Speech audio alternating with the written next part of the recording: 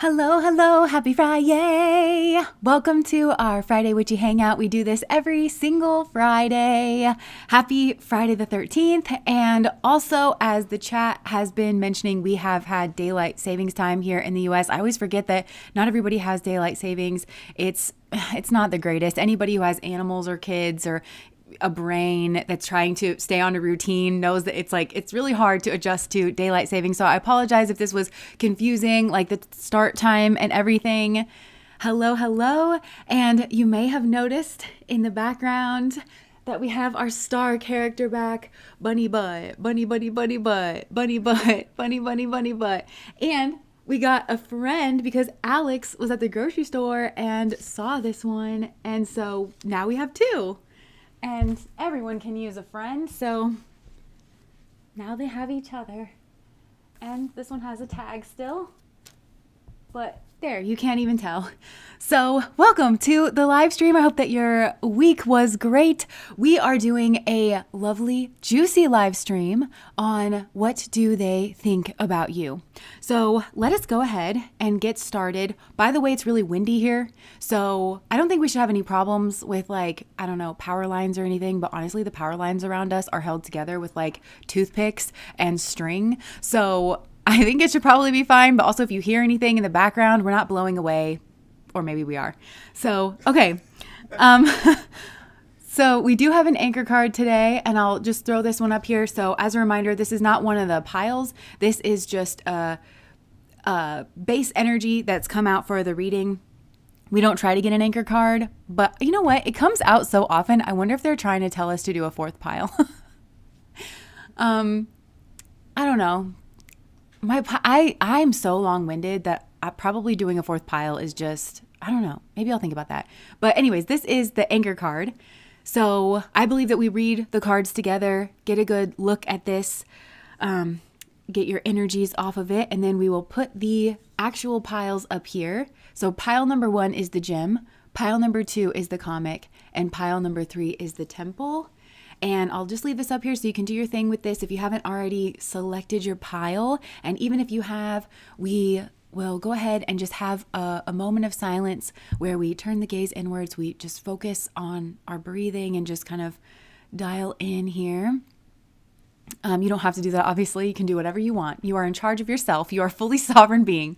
But that's what I'm just going to do right here.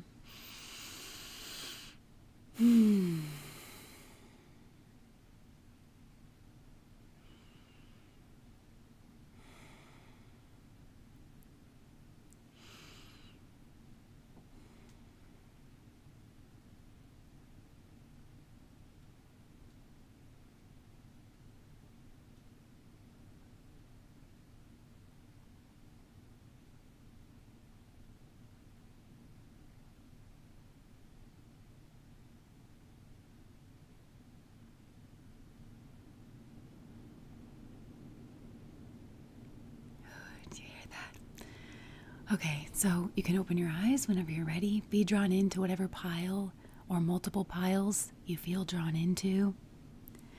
Good morning, or good night, whatever it is for you. All right, I'll leave this up here for another second. If you need a little bit more time, then you can go ahead and pause it here. And we'll start with pile number 1.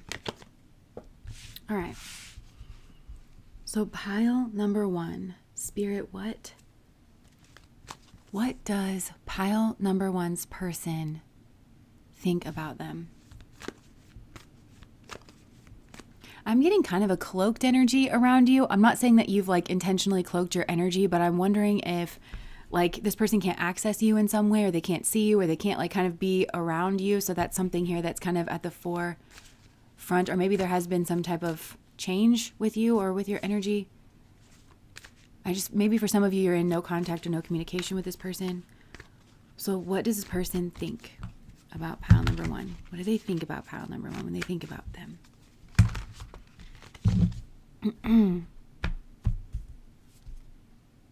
Okay, yeah, I feel like something here was severed. And I think they think about the promise and the potential here of this connection. Maybe this is of you just in general, because I feel like this person does see you as this gem. They see you as somebody like very shiny, but it also feels like they kind of can't see something here. And they think about maybe some type of like progress that you've made. Some of you, they associate you with being upstairs. That's just for some of you though. Maybe like your room was upstairs or you worked upstairs or something here like that. But they think about you like making some type of progress. And I think this person has realized that something does need to change with them. Okay, I do feel like this person is sorry for something. I just heard, can you ever forgive me? But they do think that something here has been severed. And here I am wondering if, don't worms regenerate themselves? I don't know if like you cut them in half if they do, but I think that sometimes they can like regrow themselves. So I think this person is wondering whether or not this can regenerate in some way. There is a toxicity here that this person is kind of realizing, but it feels like I think that has been on their side of things. What does this person think about you? This person may realize that you've been through a hard time, and they may think about that hard time like being with them. What does this person think about you?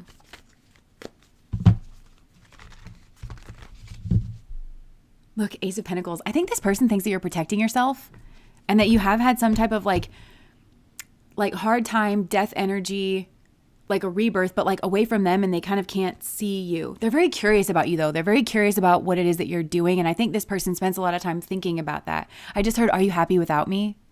Have you forgotten about me? Have you moved on? Because this person wants to stand out in your mind. And I think this person may feel like there's other people around, or like maybe that there's competition, but it's not quite that even. It's like that there's other people around. They don't even necessarily have to be competition. This person just associates other people with being around, and they want to kind of like, I don't know, come in and like really make an impression on you or like stand out to you. They want to kind of cause this tower moment. I think they want you to realize maybe that they're not the same, but they want you to realize that like all at one time, and they don't want to have to kind of say anything. This person has a lot of questions about you.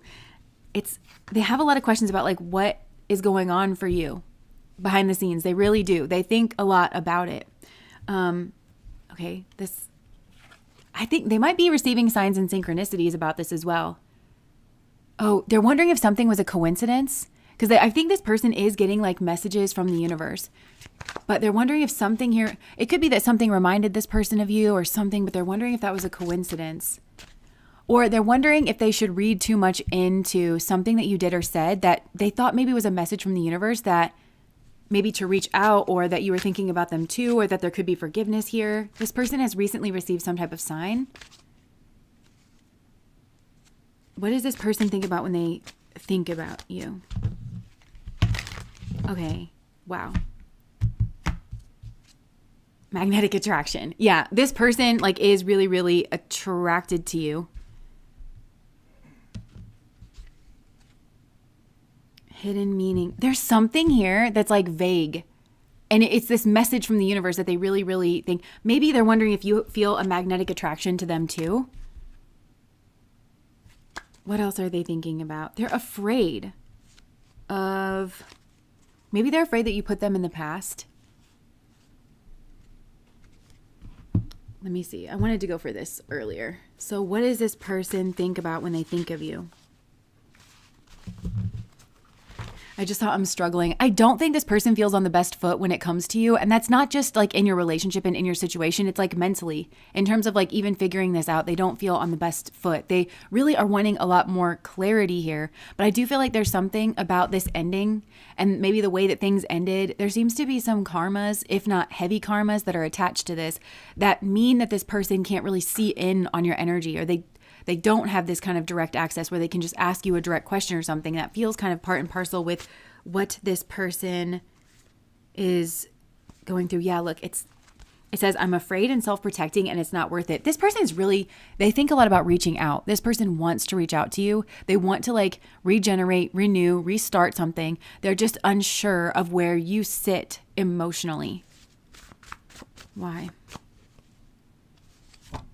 Look, can we talk?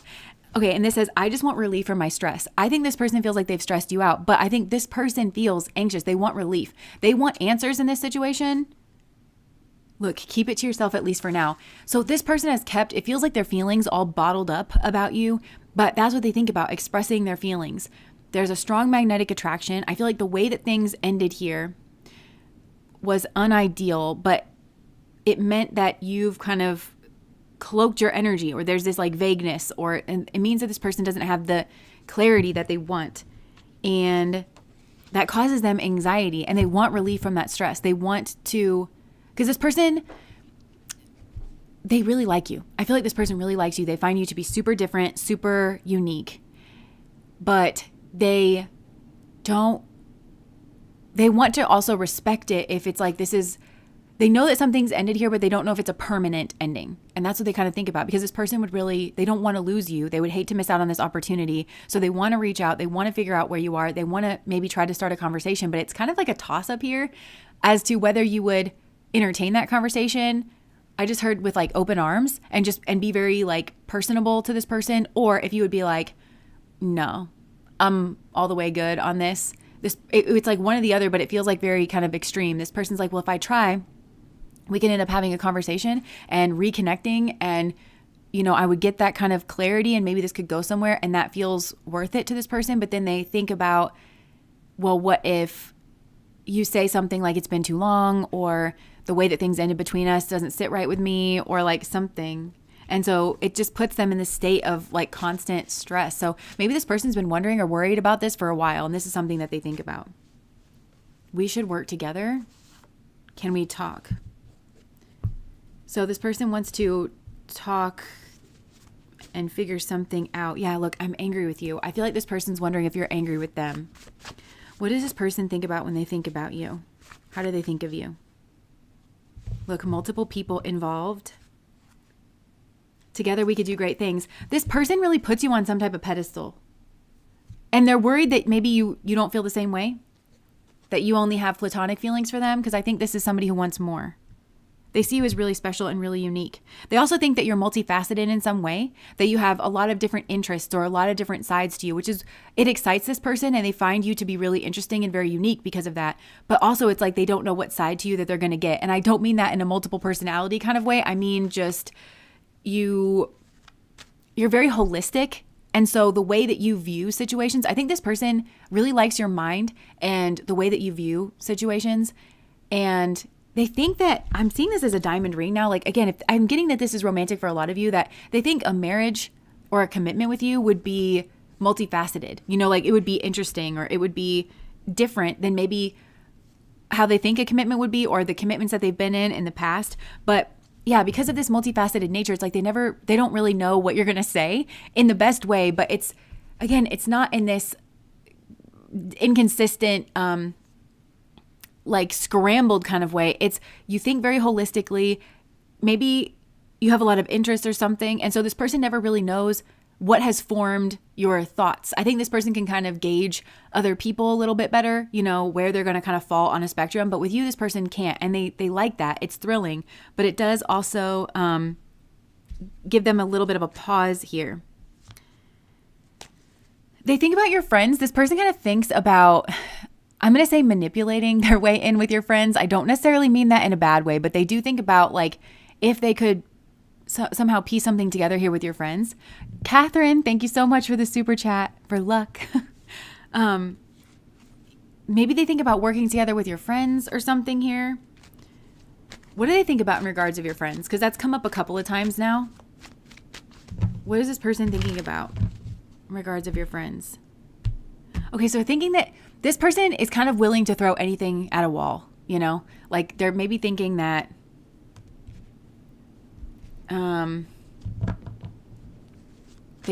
that might be the thing that works, so they could get maybe more information. What are they thinking about when it comes to your friends? For some, maybe they've already reached out to your friends or something. Okay, they're thinking that they could, they want to run into you somewhere at like a party or a celebration or something with your friends. That comes up a lot in the readings. But they're confused. I think they don't know which friend to reach out to as well, like who you might be more inclined to receive an invitation from or something. I don't know. Or who might give them the answers that they're wanting. So this person just feels kind of stuck. So it's like this person's mind spins a lot. They think about you a lot. And it's like this big kind of swelling up of like, okay, I think they feel they get messages from the universe and they're like, okay, I'm going to reach out. I'm going to contact this person. And then they kind of go through in their mind like how they should do it. And then the doubt creeps in where they're like, but are they going to slam the door in my face? Or are they going to like be cool? Maybe this is just a platonic thing for them. Oh, I don't know. And then the doubt kind of creeps in and they kind of go through all these different scenarios and then they sort of like put it to rest. So at the end of the day, I feel like it always comes back to, well, I don't know what I don't know about you. So you're kind of this like mysterious, like black hole, it feels like they knew you in the past. Tell me about like, what is this? There's like a scorpionic energy. So it's either an ending or like you've pulled away somehow to where I just don't feel like you share much with this person. What is that energy?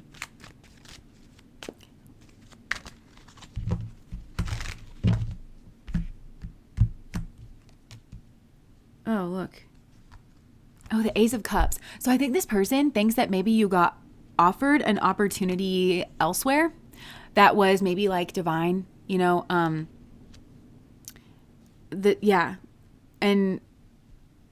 that is maybe what's like caused the split here, or like why they can't really see. So they wonder about your routine. They wonder about your job. For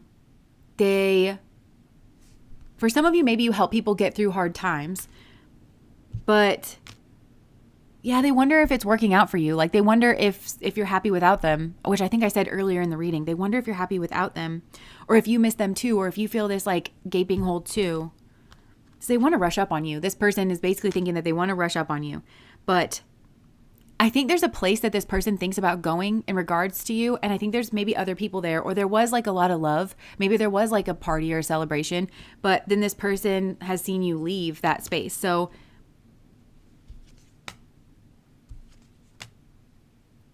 they don't know if you left like, okay, well, I guess I'm just going to have to go on my own way. Or if you left like, absolutely not, like cut this off. They don't know. They don't know. And so they're wondering, like, they kind of want to take a leap of faith towards this. I think this person also tries to, when they kind of complete their cycle, they kind of try to act like, oh, I don't really care. I guess like, but this person can never really be nonchalant about you because they're just not. They're really confused about this ending. I do feel like this person's self-protecting, even internally inside their own mind, which affects the way that they're thinking about you and the way that they're thinking about the situation. At the end of the day, I think the reason this person kind of hesitates on a precipice is that they do care. They care so much. They don't want it to be over. But I think this person's kind of protecting themselves from feeling that and from realizing that, because then they have to kind of sit with, oh my gosh, what if it is over? Like, apparently that's going to really affect me. That would really affect me if this was really over. And then I think this person would feel like, it feels like a wall of grief. Like they would feel some type of sadness. Like they would have to actually process this. This person might actually like cry, even if this has been a long time that you've been like separate, like, like even up like a year or something where you've gotten settled in like a different place, because this person would have to realize that they kind of squandered an opportunity with you. They missed their chance, because it feels like maybe there was an opportunity. I want to say when you were like still around, or you were still emotionally available to this person, there was an opportunity for this person to do all these things that they're kind of running through in their mind. They could have reached out to your friends. They could have gone to a party. They could have this or that, but they, for some reason, were not doing that. Yeah, because I see that you're the higher cup. This person, they don't want to think about this. They're pushing this thought away that you were the higher cup for them. And for some reason, this person was just like kind of being petulant. Maybe they were entertaining other options. So then they get in their head about it. They do a lot of like thinking, but it's a certain kind of thinking, this very strategic kind of thinking that kind of keeps them a little bit distant from their emotions here. So they think and they observe and they like what they see, but they can't see a lot. I just get this distinctive feeling that if this person could get to know you, they would love you more and more, because like they're going to find out that you're really this gem. And I don't know that this person has a full understanding of that, or they just kind of sense it, but I think this person would just love you like more and more. So what else is this person thinking about? They think about the time that's been maybe wasted. They're so confused. They just think about their confusion. That's what it is. They just think about all the things that they don't know. How does this person feel about you? I can tell that they're not wanting to really go there. It's not like they're actively trying to not go there. Like, I think if I asked this person, they would be like, huh, and they would kind of think about it. But would they feel about it? No, that's what I mean. It's like this person doesn't really kind of feel about it. But Spirit, how does this person feel about pile number 1? The Moon card, all the feelings. They feel ashamed, I think, about something here. They do cycle with their feelings, and they're afraid that this is an illusion. It's like their deepest fear is that this is an illusion, and it's because they care about you so much. And I think it's the messages from the universe thing that you might feel the same way, or that they're supposed to reach out. Like, this person cares so much that it's like they start to feel vulnerable, and they feel a connection to you. This person really does. It's almost like you feel like home to them.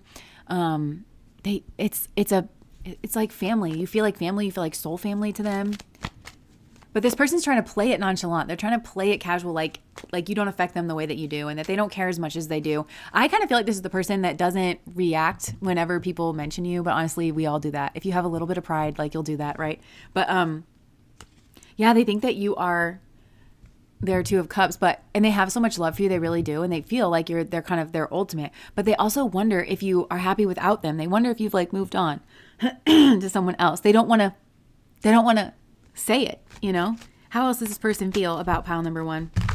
The Lovers card. Are you kidding me? We had the Moon and the Lovers card come out for this, and the 2 of Cups. The one minor arcana that came out was the 2 of Cups. This person loves you, and they feel like you're theirs. Like, they feel like you guys are kindreds. They feel like you're soulmates, twin flames. However this person like relates to that, there's like a special spiritual connection here, and it feels soft. Like, this person has soft kind of feelings for you. I just heard they choose you. They want to choose you. That's what this person's figuring out, is like, really what this is all saying, their subconscious is like, they want to choose you, but they don't know if you choose them back. And they're trying to figure it out, and they kind of hold themselves off from admitting that they want to be with you, that they put you above others and stuff. They're holding themselves back from that because it would be so devastating to kind of like have reached that conclusion and then you're gone, or like yeah. This person really wants it to work out. They do.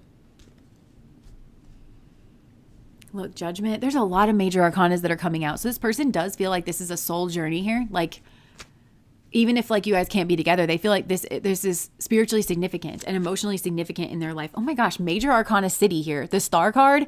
Yeah, like they feel like you're at a distance. You're the one that they want.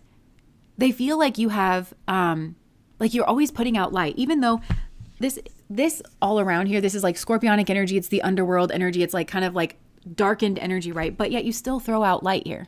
Like this kind of soft, gentle glow kind of light. Look, they've used the Queen of Wands. So they're very attracted to you, and they know there's something about you that's different. And I think for some of you, you've changed or you've transformed. This person can only see hints of that, though. They don't exactly know what that means. I do feel like there's something about that. There's judgment here on this situation. They might even feel that way too. I think the judgment, karmically speaking, is like this person not being able to get the answers that they want, because it's kind of like this person should have acted. They should have acted when they had the chance or something. Okay, I'm hearing a song. Is this NSYNC or Backstreet Boys? Oh, it's NSYNC. It's like, when I had the chance. Oh, I had the chance. It's a really soft, like, ooh, la da da da. It's like that kind of energy. I'm so sorry for subjecting you guys to this. But I'm singing to myself in my head right now. Maybe this person sings about you in their head, or like there's some kind of like muse or music or something. But I think it's that song. It's like, sailing takes me away when I always heard it could be. So this person feels like, yeah, maybe like this is just a dream in the wind. But because it feels like this person should have acted when they had the chance. And there's kind of a judgment on this, like where they're kind of unearthing their feelings, but their feelings kind of has nowhere to go, or they don't get answers to their feelings. They can't, because they should have been able to kind of talk about this. But I feel like the fear, the big emotions and the fear, they want to be victorious. They feel like they want to have a romance here with you. They feel like you guys should be together, that there should maybe be kids in this situation, or like a legacy in this situation, but that there is some type of karma around the truth, around confusion around the truth. That tells me that maybe this person has some truth that they want to bring to you as well. Let me just ask that. And I think I'm going to move on to pile number 2, because I think it's clear that this person really, really loves you. So what is this truth that they think about bringing to you? They're really shut down about it. But I think this has to do with like their insecurities and their fears. Like this person really wants you. They really, really do. And they think that you're special. I think they're worried that they're not special, but I think they want to talk about the time that's gone by or the distance and like this kind of frozen energy on the precipice and why this person hasn't made a move or made themselves known or acted when they should have or gotten in touch with your friends or all these things that they think about doing now, that you've like kind of moved away from the situation in some way, emotionally at the very least, and you've kind of protected yourself maybe from the situation. They want to explain that, but I can see that it's like really hard because there's a lot of shame. I feel like there's a lot of shame, and I think there's a lot of shame around like being sensitive and like having these emotions.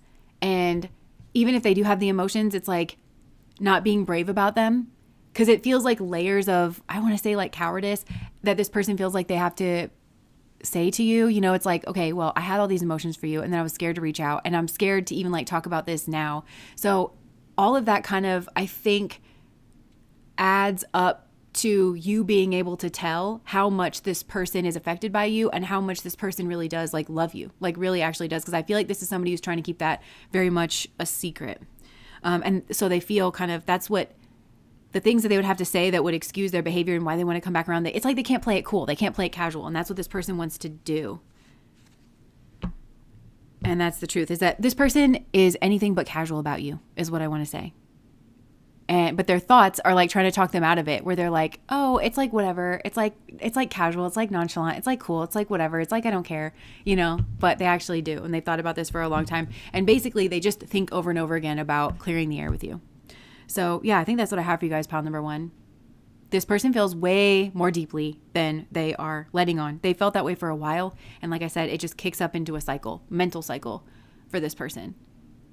And it's like it keeps their mind kind of goes into this planning mode, I think, as a way of blocking their emotions.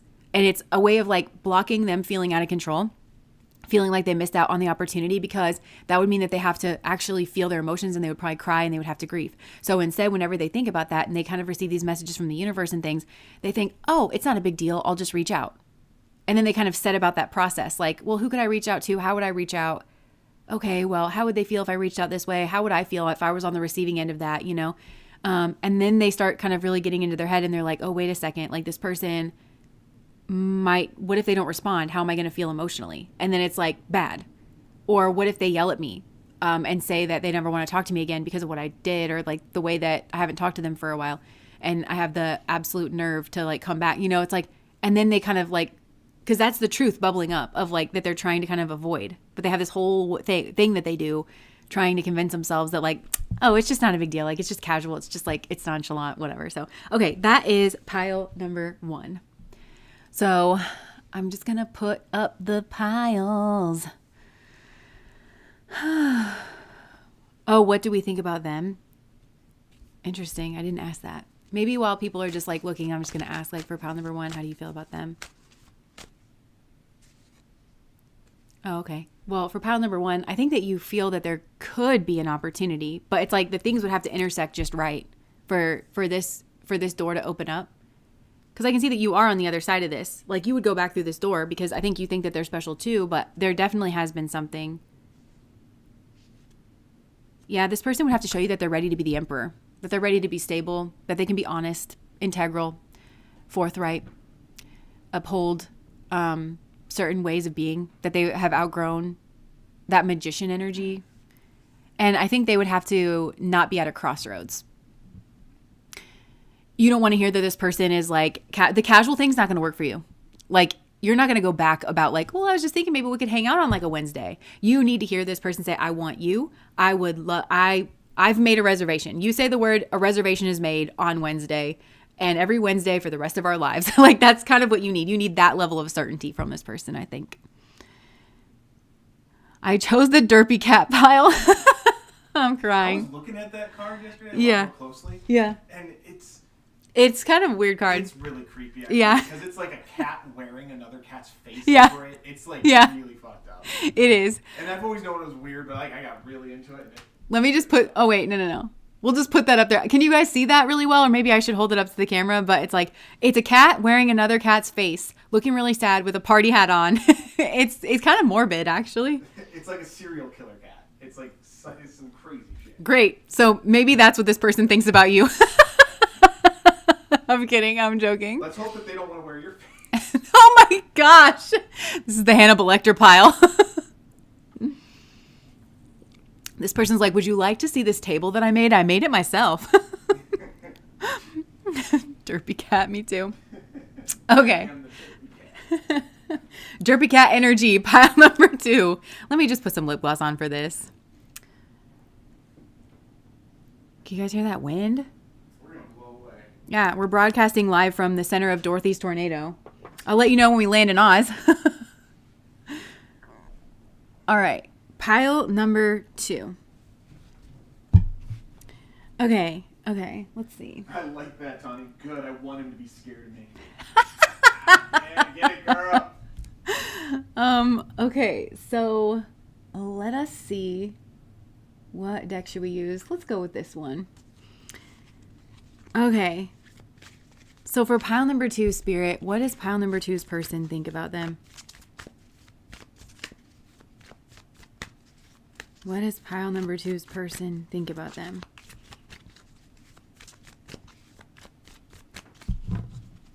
Pile number 2's person think about them. Okay, we have growing together, shared journey, lessons learned, and soul bond. Oh, look. Unemployed and secretive. Broke, dead written on hard times, living beyond their means, and secretive. Sneaky, dishonest, mysterious, and hiding information. You know what? I think this person sees you moving on with somebody else. I don't know if you're with somebody else right now or if this is just like kind of what they think about. Because I'm kind of getting like, I'm getting this person's not in the best place, to be honest. Again, like it's a cat wearing another cat's face. It kind of is like, maybe this person is unemployed. Maybe they're like, I think they're trying to put a brave face on it. They're trying to make you laugh. This is like they're trying to laugh off their situation or something. This is like they're trying to be casual, but in a different way. This is like a deflection about like kind of don't look at me. Don't look at like the truth of what I actually am, because this person is kind of fixated on you. I think they do actually view you as like a soulmate. They wish that they could be this person that could kind of like grow with you and be that match.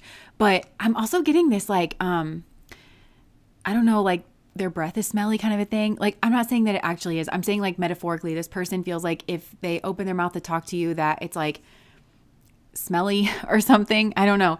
And so I feel like this person is kind of like watching you in secret, and they're hiding information about themselves. They're not letting you know like what's actually going on. They're hiding their true feelings. So this person is definitely hiding their true feelings about you. Thank you so much, Tasha. Yeah, they're hiding their true feelings and they're wearing a mask. There's definitely like they are wearing a mask here.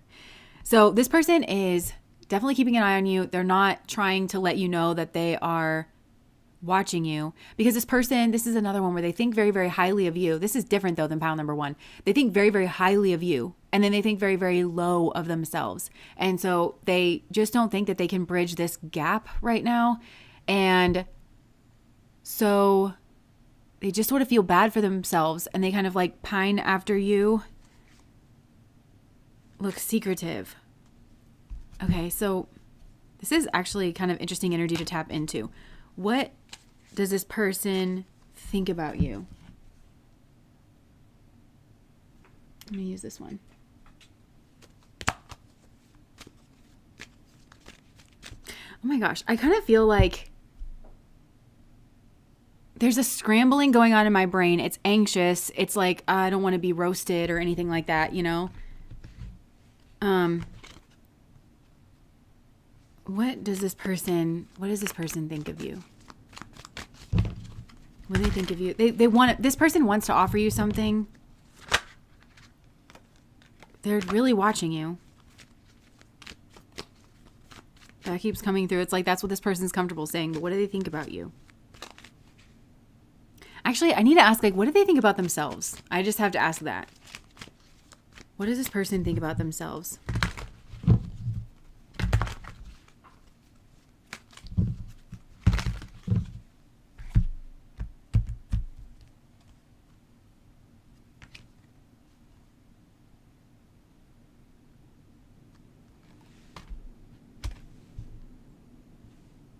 This is weird energy.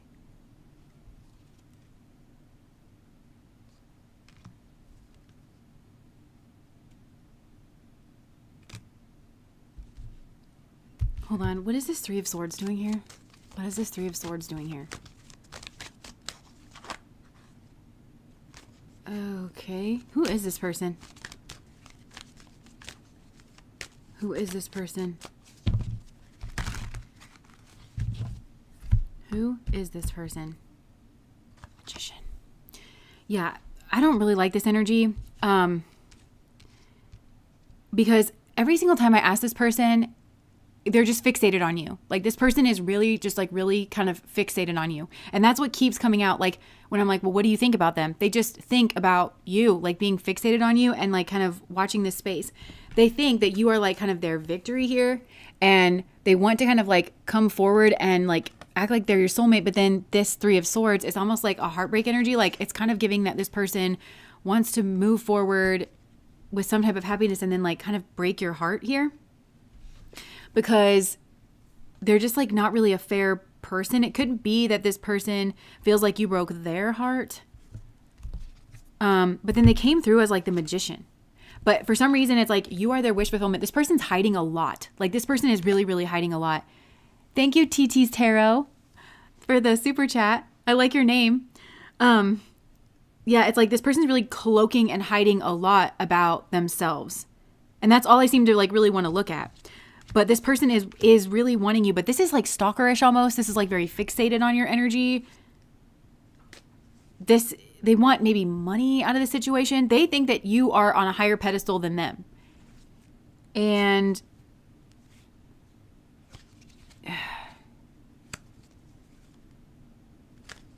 they think about like kind of, I don't understand this energy, because it's like they think about kind of growing to match that, or at least enough to kind of like come out of the shadows, but then they're also kind of like hiding themselves even when they're around you.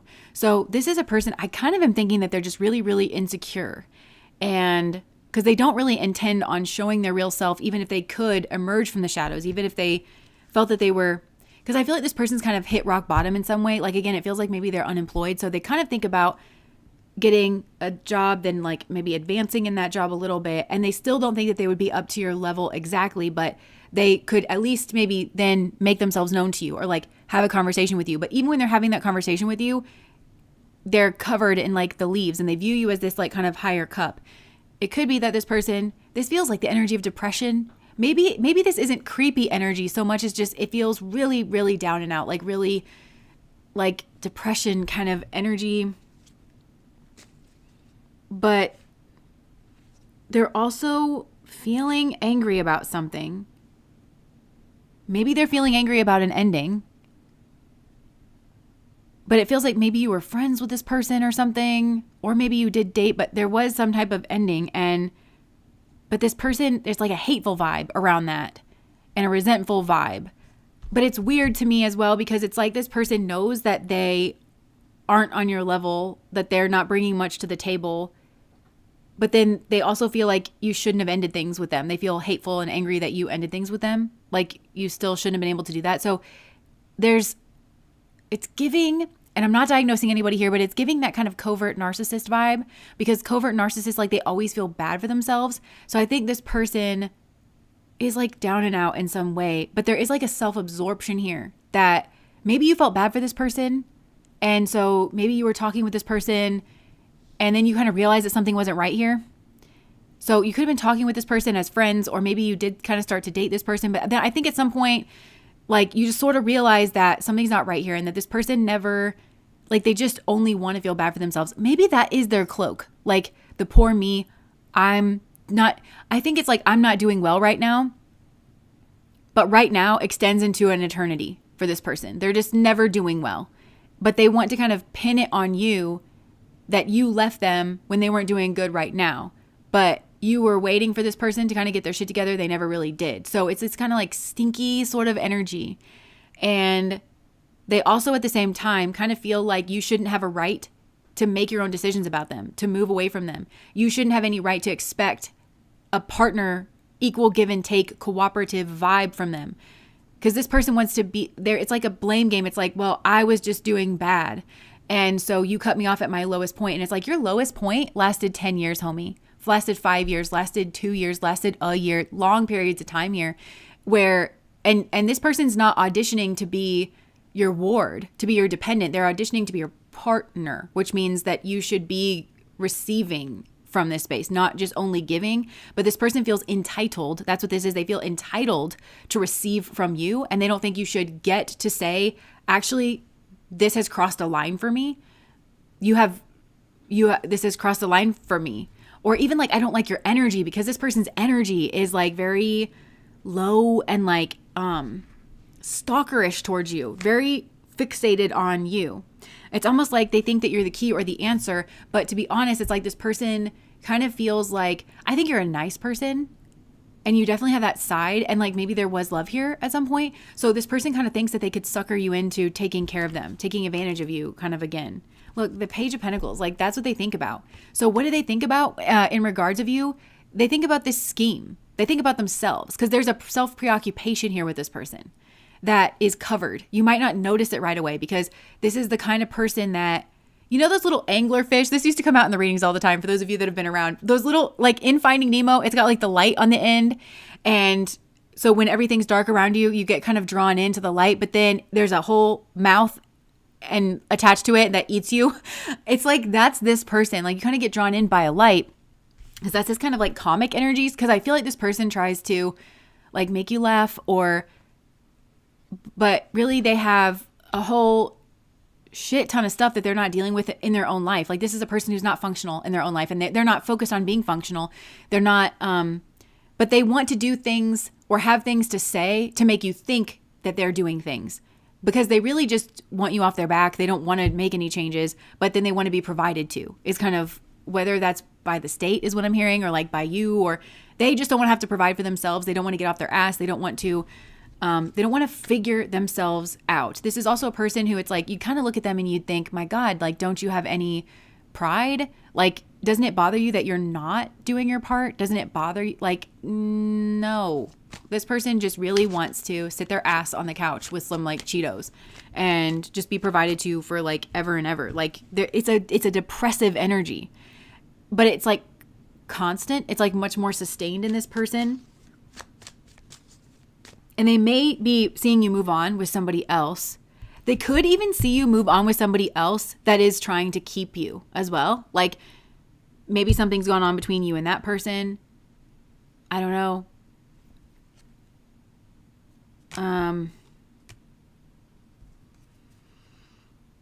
Yeah, they could see, I mean, they want to send you another message and like hang out.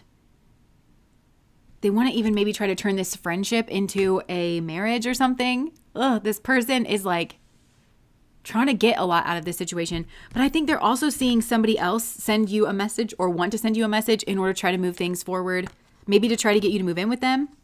Like an actual lover situation. Somebody who's much more on your level. Somebody who intends to be a full person. This is like a low vibrational energy. Oh my gosh. I'm so sorry if this is your pile, you guys. How else do they think about you? Oh my gosh. They think that your intuition was telling you not to get involved with them. Maybe they think they met you after an ending. Like maybe you were closing, like you had just broken up with somebody else, or there was some type of ending in your life. And so you were looking to get away from that energy. And, I don't really like that this is what this person's thinking about, because it makes me wonder if there's like an intentionality behind that, where they're like, now's my chance. Like they're feeling low or something, you know, like, yeah. There could be another person that like their mom or something that this person kind of leeches off of.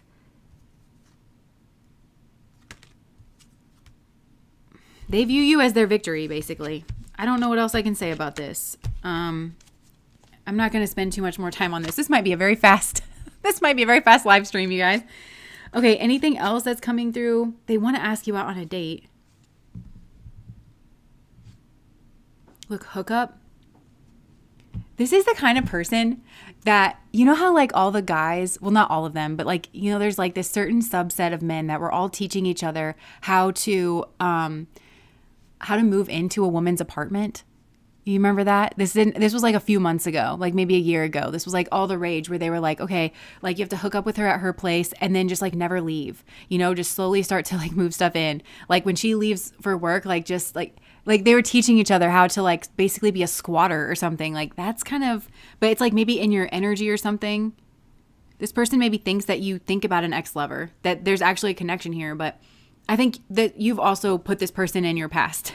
Because maybe you did hook up with this person, but it feels like you were trying to be in full energy, you know, like be carefree or like not, you know, you were trying to put a dark chapter of your life behind you. And that's when you met this person and you didn't exactly know what you were dealing with. Look, this person thinks about the timing. This says the timing just wasn't right for us. I feel like this person is thinking about like timing something out.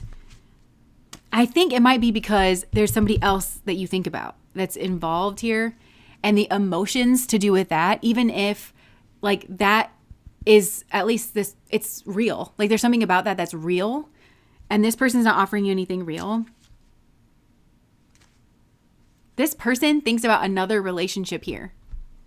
That's actually like a partnership that still might have fallen apart, but that's what they think about. And they think that your emotions to do with that prevents you, in some way it protects you from fully falling into this person's trap.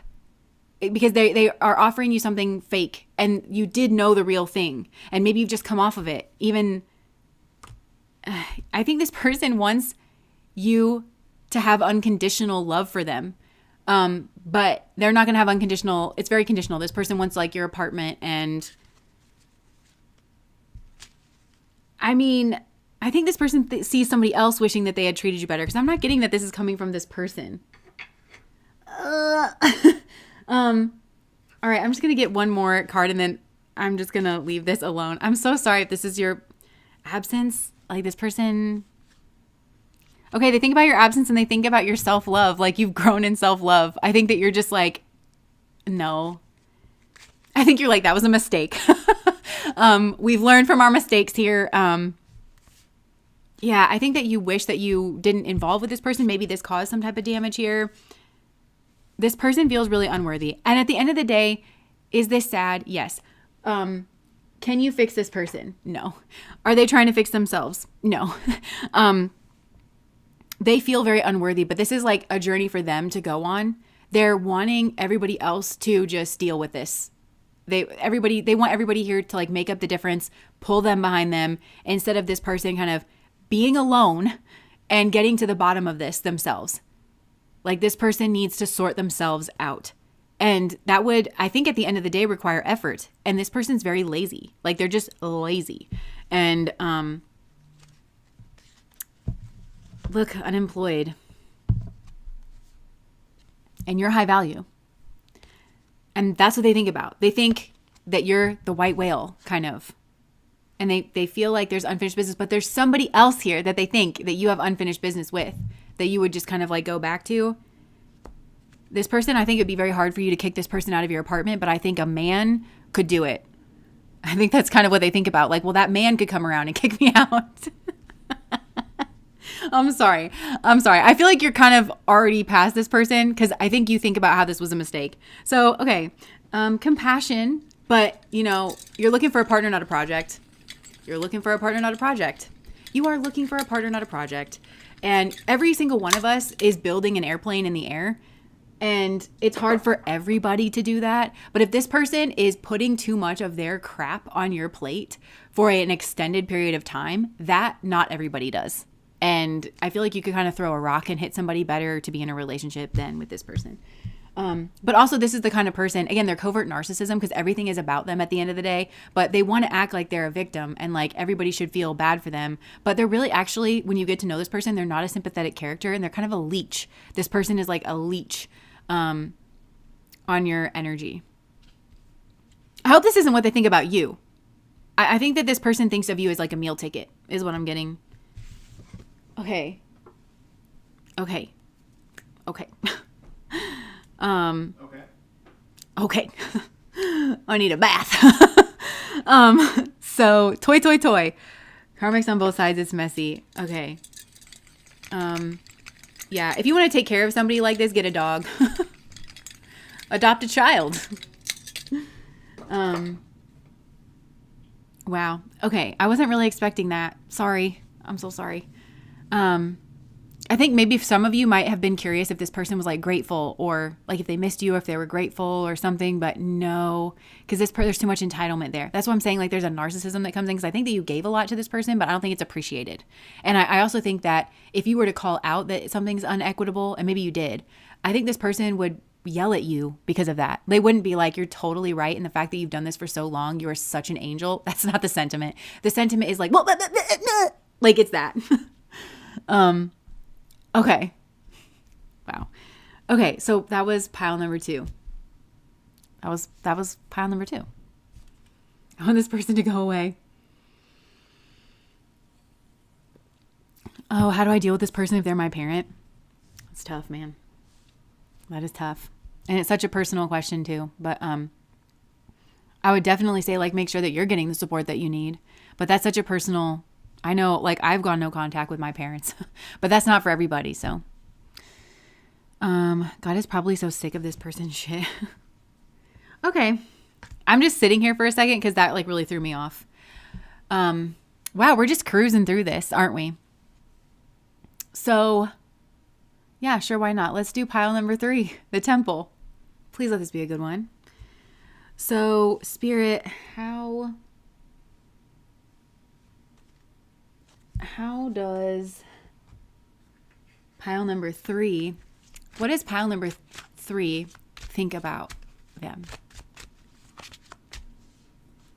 What does pile number 3 think about them? Whoa, whoa, whoa. I wish things could be different. I want to be more than friends. I wish I could share my good news with you. Okay, what I'm getting is that this person thinks very highly of you. Like they actually think that you're a very lovely person, like a very heart-centered person, that you're very caring, you're very happy, you're very jovial. I think they feel like things are growing around you. For some of you, you literally might like plants or flowers or like have a green thumb or like you're always in your garden or you have plants around your house or something. So I think this person associates you with that energy, but I don't think they realize like how spiritual you are or like the spirituality that's kind of behind that. They're not necessarily even curious about it. They don't, but they're very appreciative. I think like this person, oh thank God, after pile number 2, this person is genuinely like appreciative. I feel like they really like your energy. They always look forward to seeing you. They're very happy. I just like instantly wanted to smile. They're very happy whenever they see you, like just in their path or whenever they think about you, a smile kind of comes to their face. I also just saw a light bulb go off. So it could be that whenever they think about you, maybe they have some type of like idea, or maybe like the last time they thought about you, they had an idea or something. Or they think about, look, you were the best thing in my life. Just being near you is intoxicating. This person loves your energy. They love your presence. This person always hopes that you're going to be at the gathering. They always hope that you're going to be at the party. Yeah. Look, okay, so I know I messed up everything is at the bottom of the deck. Is that? I want to feel that way again. This person misses you. They do. I couldn't let you get close to me. I saw that when I was shuffling before. I'm so attracted to you. So there's a reason that this person couldn't let you get close to them. And you might know what that reason is. It could, for some of you, maybe it's because they have responsibilities. And that could be maybe responsibilities to a family situation or something elsewhere. But it also could be like responsibilities for their job. Like maybe this person, like it could be that you know this person from their job and they're always like maybe busy and having to, I don't know, run and get more stock or something to bring it forward, or they're always just like kind of busy, but they wish that they could actually kind of connect with you. And I'm getting like their foot in their mouth. Maybe this person feels like they put their foot in their mouth at some point in time. Just being near you is intoxicating. You were the best thing in my life. So I think this person is maybe like they were so happy and they were so like jittery in a good way around you that maybe they kind of said something here that they thought was confusing or that like confused you. This person kind of thinks about that, but they also kind of don't think that it's a big deal. They think that you're very like lovely and very gracious. So let me just try to get another deck here. Let's see. It could, okay, so if it could be that this person is in another relationship and they're trying to work something out in that relationship, that it's like they've been going through some type of struggle, the two of them, that you might not know about. because I think maybe there is a projected confidence here, maybe in that relationship, but it feels like maybe they have been struggling, like between them and their partner in some way. But they always look forward to seeing you. Yeah, like you're very happy. Not for everybody is there a third party involved in this situation. And if you've been having a struggle, or like there's something here that you've been kind of, you feel stuck or you feel trapped, or you're praying like to kind of get out of a certain situation, they don't know about that. They just think about like how you're very lovely. What is this person? How do they think of you? There's like a fresh energy that's coming through, very fresh, very crisp. If you've ever cooked for this person or something, like they think that it's fresh, or again, like fresh ideas, or like you're just fresh. Huh.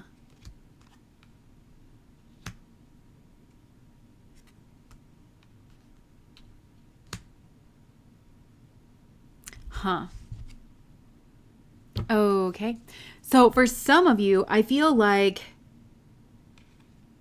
this is you. You're the Temperance. And this is like Venus energy, right? That famous like Venus painting. So they think about you as being like Venus, having everything going for you.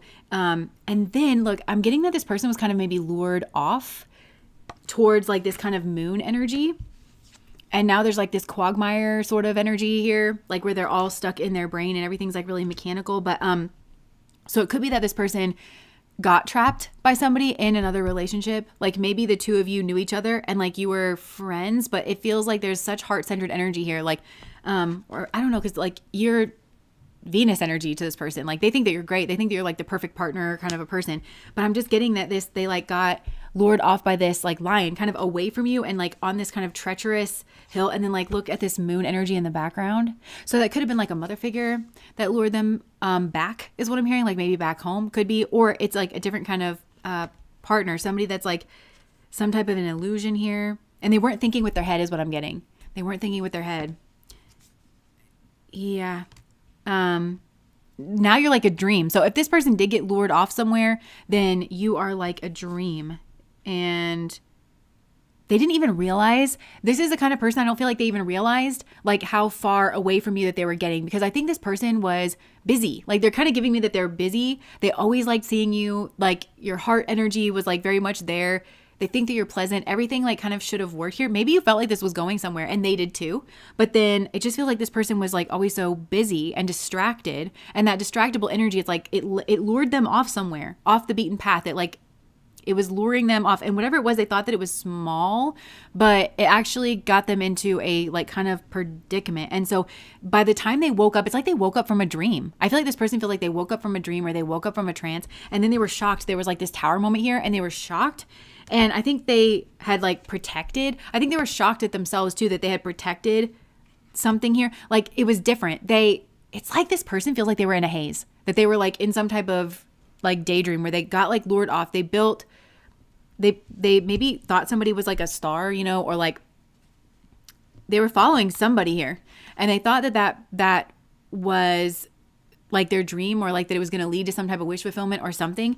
And I think they kind of protected this like dream as an energy. And then they woke up and they kind of realized like, oh shit, like I'm very far off my path and like my person is over there. That's the person that I felt love with. That's the person that I felt like happiness and joy and like things growing with. And like they're over there and I'm over here and like shit, it feels like that. Like this person's like, oh my gosh, like, so I think this person was like in some type of daze and they were so busy and it's like they weren't thinking about you because they were busy. And I think they were following somebody else here. And it feels like maybe that was a friend, or like it could be a friend or a friend group, or but I think it did have kind of a romantic, I don't think they ever intended for this person to be like a romantic person. They don't have the natural feelings that they felt for this person, like towards you.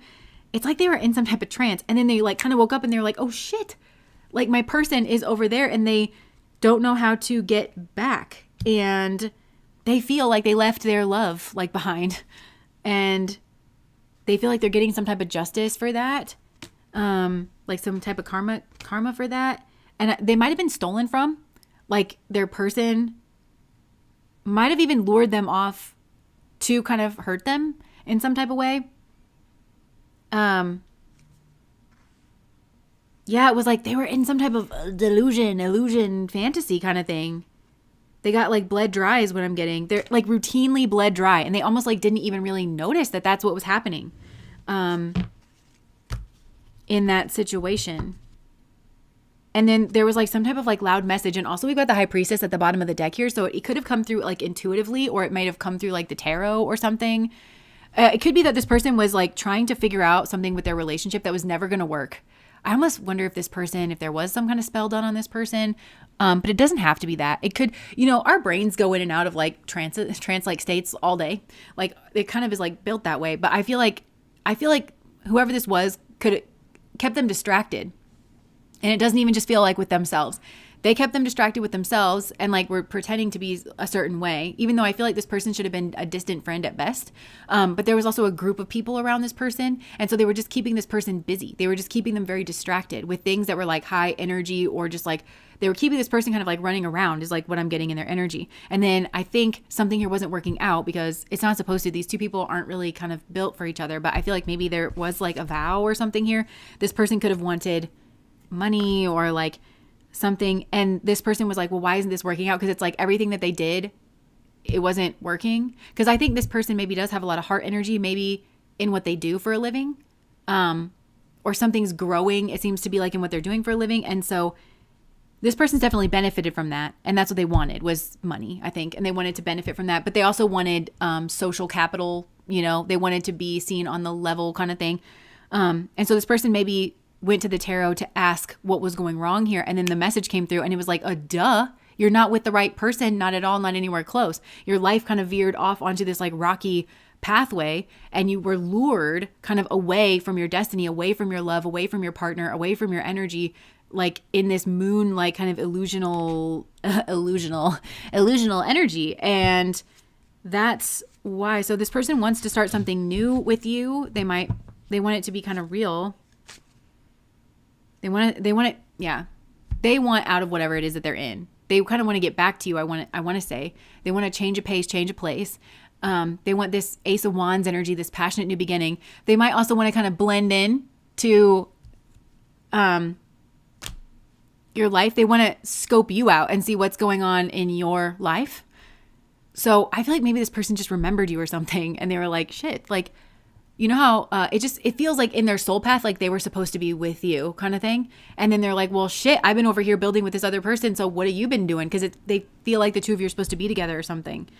And so that's what they're wanting to do. But they're wondering, like, certainly you've got to be with somebody or something's going on here. They're trying to look so that they can come up with some type of plan here to maybe send you a message. Yeah, I feel like this person has been chasing some coin. This person has maybe done well on a financial level for themselves. I don't think they realize that you've actually been through a really hard time here. This to me looks like a spiritual attack, like somebody was trying to spiritually attack you. And so any support, because it looks to me like this person would have brought in a lot of support to your life. I hope this isn't too painful, because I feel like you have found your stability point here maybe. But it feels like this person was supposed to bring in heart-centered energy, but also this like money and growth kind of energy. But it feels like something here was trying to isolate you. But I also feel like it feels like you've grown a lot from this experience. Like in a weird way, it feels like maybe this like sabotaging energy was like helped you level up quicker or something. Like it doesn't, like you've gotten a new beginning here. It's almost like you've exited the field. I don't know what that means. Like you've exited the field here. You've struggled through, you exited the field, and you have started some type of new beginning here for yourself. And some of you are in a new relationship, and this is a soulmate relationship, like a happy, healthy soulmate relationship, because you were struggling, you were isolated, you were alone, even though you always gave this like very beautiful energy, because this person didn't realize how isolated you were. This is spiritual attack energy, but I feel like it woke you up. It's almost like, I'm pretty sure, isn't there some type of therapy with like bee stings or something, and it actually like draws the histamines to the surface of the skin or something, and then it like heals you. I don't know what I'm talking about, but it's like the stinger energy actually is like the thing that heals you, or actually started some kind of spiritual awakening. And this is where I'm getting like this kind of holistic version of God, right? Where like if God created everything in the universe, then God also created like the devil energy, the shadow energy, and God is like really in control of all of it. So I feel like this spiritual attack energy, like it did attack you, but I feel like something very beautiful has actually like come out of it. and for you. And I feel like this person is kind of meant to start that journey, but I feel like they have to realize how easily distracted they were, and maybe like kind of hypnotized or put under a trance, that they were easily pulled off their path. That's something they need to see and rectify and make sure it doesn't happen again in their soul journey, in order for them to kind of find their right way, because it feels like there's an experience like this available for them, some type of awakening. Look, King of Pentacles, this person, yeah, they think about how this I think for some of you, they like married somebody and that was like a betrayal of this soul contract, and then it like broke your heart here. But I don't think they could ever tell. I don't think they could ever tell, because I think that you've just been beautiful straight through. Like you've just given like beautiful energy to people like straight through. Not that this wasn't hard, not that you didn't feel isolated, not that you haven't struggled behind the scenes, but they think about how this is, there's some kind of greed that's overtaken your person here. They're much more greedy than you remember. Because at first, like, it started off with this like kind of beautiful heart energy, but then there's something here that's like very greedy. Yeah, so they're sneaking around. Yeah, they're definitely sneaking around this Queen of Cups, which I feel like is you. Maybe they were wanting to have an affair with you. Yeah. And we have this Hierophant energy, but she's like stabbing that doll. So it could even be that this person, maybe they woke up, they realized they were on the wrong path. They circled back around to try to get in contact with you, but this was like behind somebody's back here. Look, Two of Cups. This person thinks that you're like the Two of Cups, even if they've like done something horrible to you like that. They were caught in someone's trap here. And it was like shadowy. Like it feels like a big blanket that was like kind of thrown over this person. That's what they think about. Yeah, they were thinking that their intuition was blocked. And they're thinking that you're wonderful. Like you're stable. There's like healthy give and receive energy, because I feel like that's absent over here with the partner energy. I'm getting that their partner might be pile number 2. Might be a pile number 2 person. But I think they can, put on a good show. Especially if there's money being provided here, then it's like this person's probably not smelly. Like they can, they can probably, afford to look nicer or something, but they kind of always intended to maybe attach themselves to this person. Look, finding out the truth crushed me. I left you before you could leave me. I wish I had treated you better. I mean, yeah, this person, they wish they had treated you better. They found out some type of truth here, and I think it's just that they were on the wrong path, and that their partner is this kind of smelly. It's like their partner is something here that I think they pretended to be confident, and they pretended to be like happy, and they put this kind of maybe blinding light here, but it hid something, some kind of negative cycle here. The partner likes for them to chase after them too, and for them to always feel like they're doing something wrong. But I actually feel like this person is the person who provides a lot.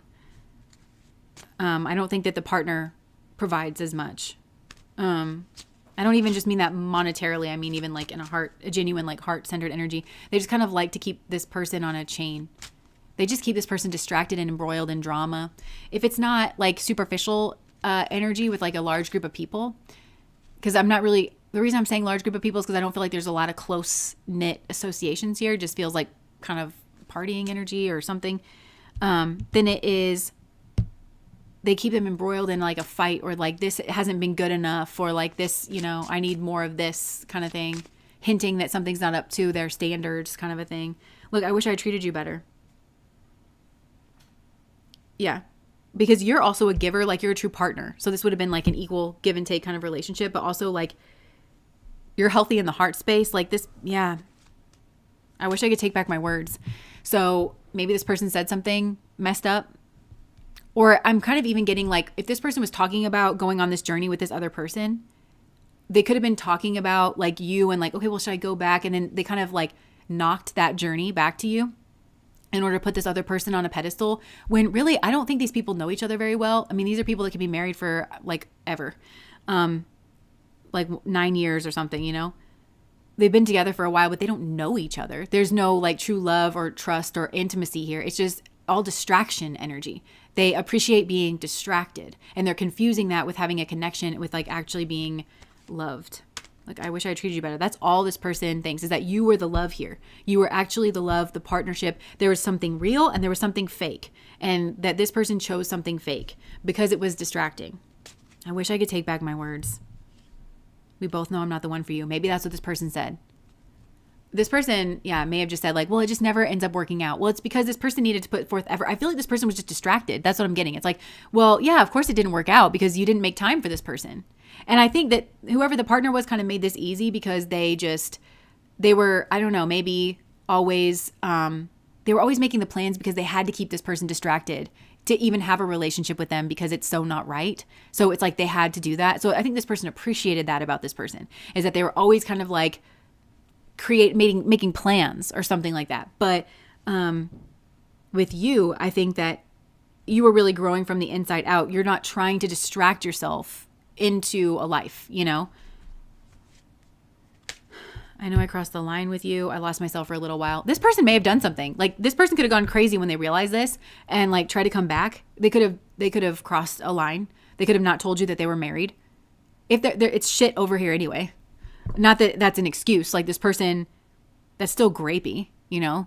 But yeah, they could have done something dishonorable and further hurt you, but it's like they just wanted to be with their like love or their partner, and they knew that you are a self-respecting, loving person, and for some reason it didn't click in their mind like, okay, so I should give love back. It just seems like this person gives everything over here to a partner that really shouldn't be their partner, and that they shit on a leaf, like on a banana leaf, and hand it to you like their actual love, like their actual soulmate.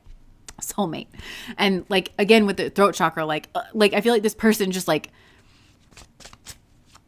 I don't know. It's a tough pill to swallow because I was like trying to swallow and it's a tough pill to swallow, and they just, I don't know.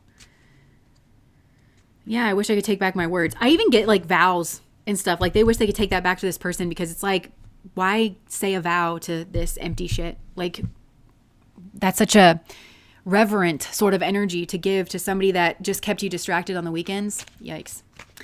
They know that they need to change. They feel like maybe they had odd behavior. This person could have ghosted you. Yeah, to go after somebody else. It's not love, though. I can just tell you it's not love. They ghosted you to like go off after something else that was like easier and like it was easy to control. And it's because this other person kind of did everything, but they don't really do anything of substance or value. I don't think they bring a lot to the table. But what they do is they bring distraction. They want to heal this relationship, but they want to have a new love with you. And that's what they think about. They just think about like your beauty. And you could have protected yourself from this person. Like you could just have like different, like strong boundaries now. Especially maybe this person, like now that they're married, it's like you, like maybe you found out that this person was with somebody else. Like the boundary is different. Because it feels like this was maybe flirty, or maybe it was going somewhere, or maybe the two of you were in a relationship, but it feels like this person was just always kind of distracted. Like they knew that you were like their person and also like their equal. They knew that you were valuable. They knew that you had substance to you, but for some reason they couldn't see that the partner didn't have substance. And so now that they're with somebody else, I think that your boundaries are different. Like they just don't have the access to you. You're not as open because it feels like this was maybe going to go somewhere. So you were more, this person could access more of you because you were trying to get to know them on that level. You were, and it feels like the pacing was healthy and appropriate, and it feels like not over here.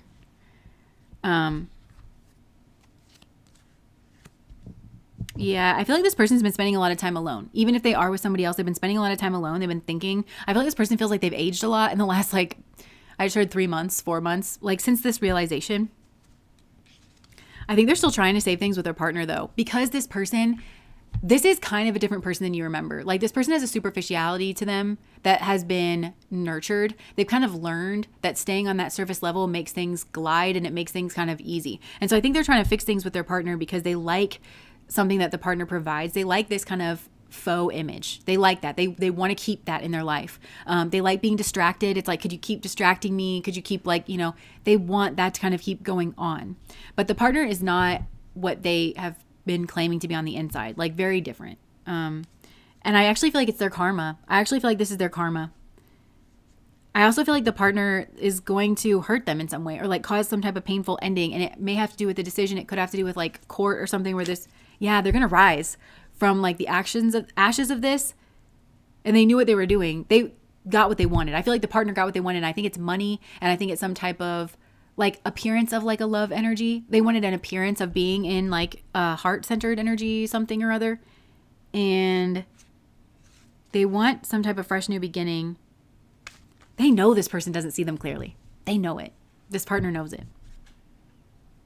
Because they know that if they did, that there would be like an argument here. It could be that this was like an ex that they went back to or something. They know this person can't see them clearly. They know what they're doing. Like on some, they know that they're keeping this on a superficial level and that this person lacks depth perception, that they're not seeing very deeply into them. I think they showed this person some kind of convenience is what I want to say. The partner did. They showed them some type of convenience that like having a partner. So I think your person associates having a partner with some type of convenience. So in a way, they've kind of made themselves like a necessity to this person, but it's nothing that they couldn't call merry maids to like do, you know? But this person just didn't do that. So I think they saw that this person was like busy or that they I don't know. So they just kind of made themselves indisposable in that way, in providing a distraction or always having plans or something. Like that seems to be what it is. And this person got kind of used to that. But it just feels like merry maids and somebody to book plans for you. And that's what suffices as like a partnership sort of thing over here. So how are they feeling about you?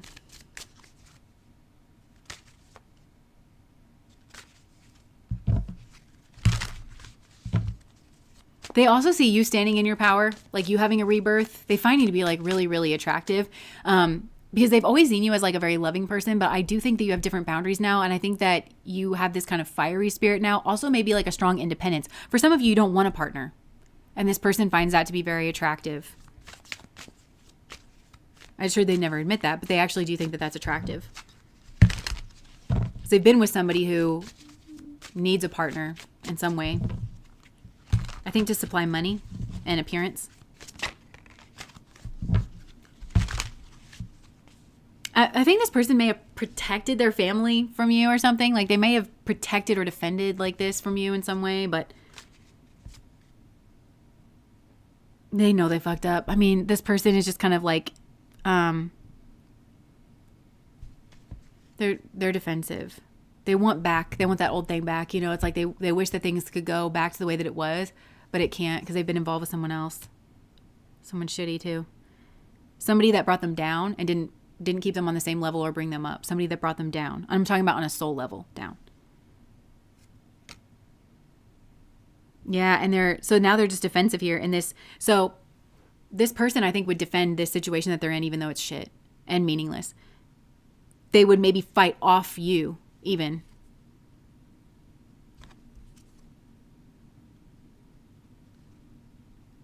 Maybe not. Like this person, they kind of view you like this werewolf. It's the moon energy, like reminding them that they actually have a depth in emotions and that they are a real person and that they should have just called merry maids. Like, you know, you kind of remind them of that.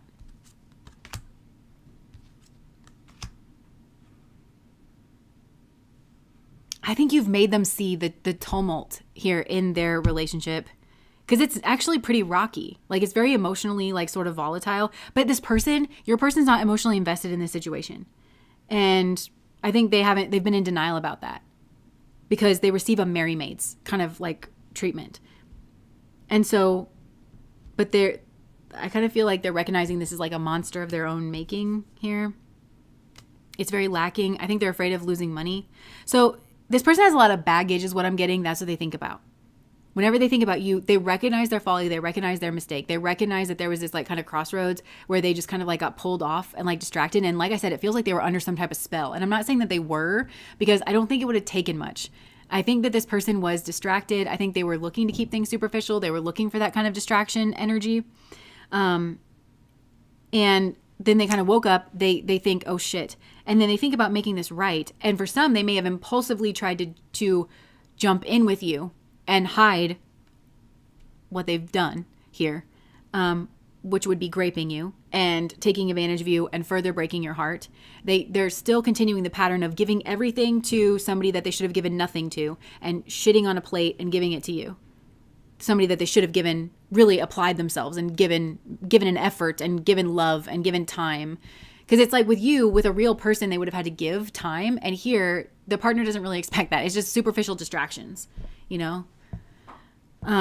And that kind of worked for them. They felt like that was the soulmate energy because it was easy. But now they're very far off their path and they think about all this baggage. They think about losing their money. They're trying to keep the partner, but it's like the partner sets up some kind of worldview that's wrong, where it's like you're not living up to my standards. But actually, I think your person gives a lot in this situation. And they definitely on a cosmic level give way more than they should give.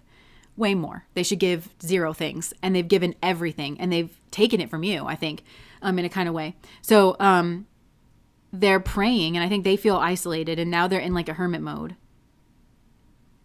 I think they like love. They want to like ask for love and growth and abundance, but it's not going to come in when they're with this partner, and they kind of know it.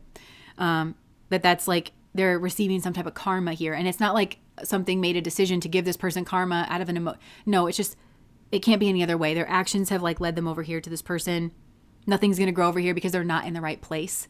So Spirit's not going to bless them because they're not in the right place, kind of a thing, with their life. So I think, yeah, they just think about all their baggage, like that they've had in this situation. They think that they were a fool to like, they think that they chose a non-relationship. This is like the Two of Swords. It's like they blocked off at their heart. That's what this person thinks about. They were heart dead. I mean, they were brain dead. They were heart dead in this situation. And this hasn't actually been equal. Like their relationship, they don't have meaningful conversations with their partner. They don't feel connected to their partner really. It's just a block. It's like a big blockage when it comes to like relationships, kind of a thing. I'm not sure that decisions are going to go in their favor over here.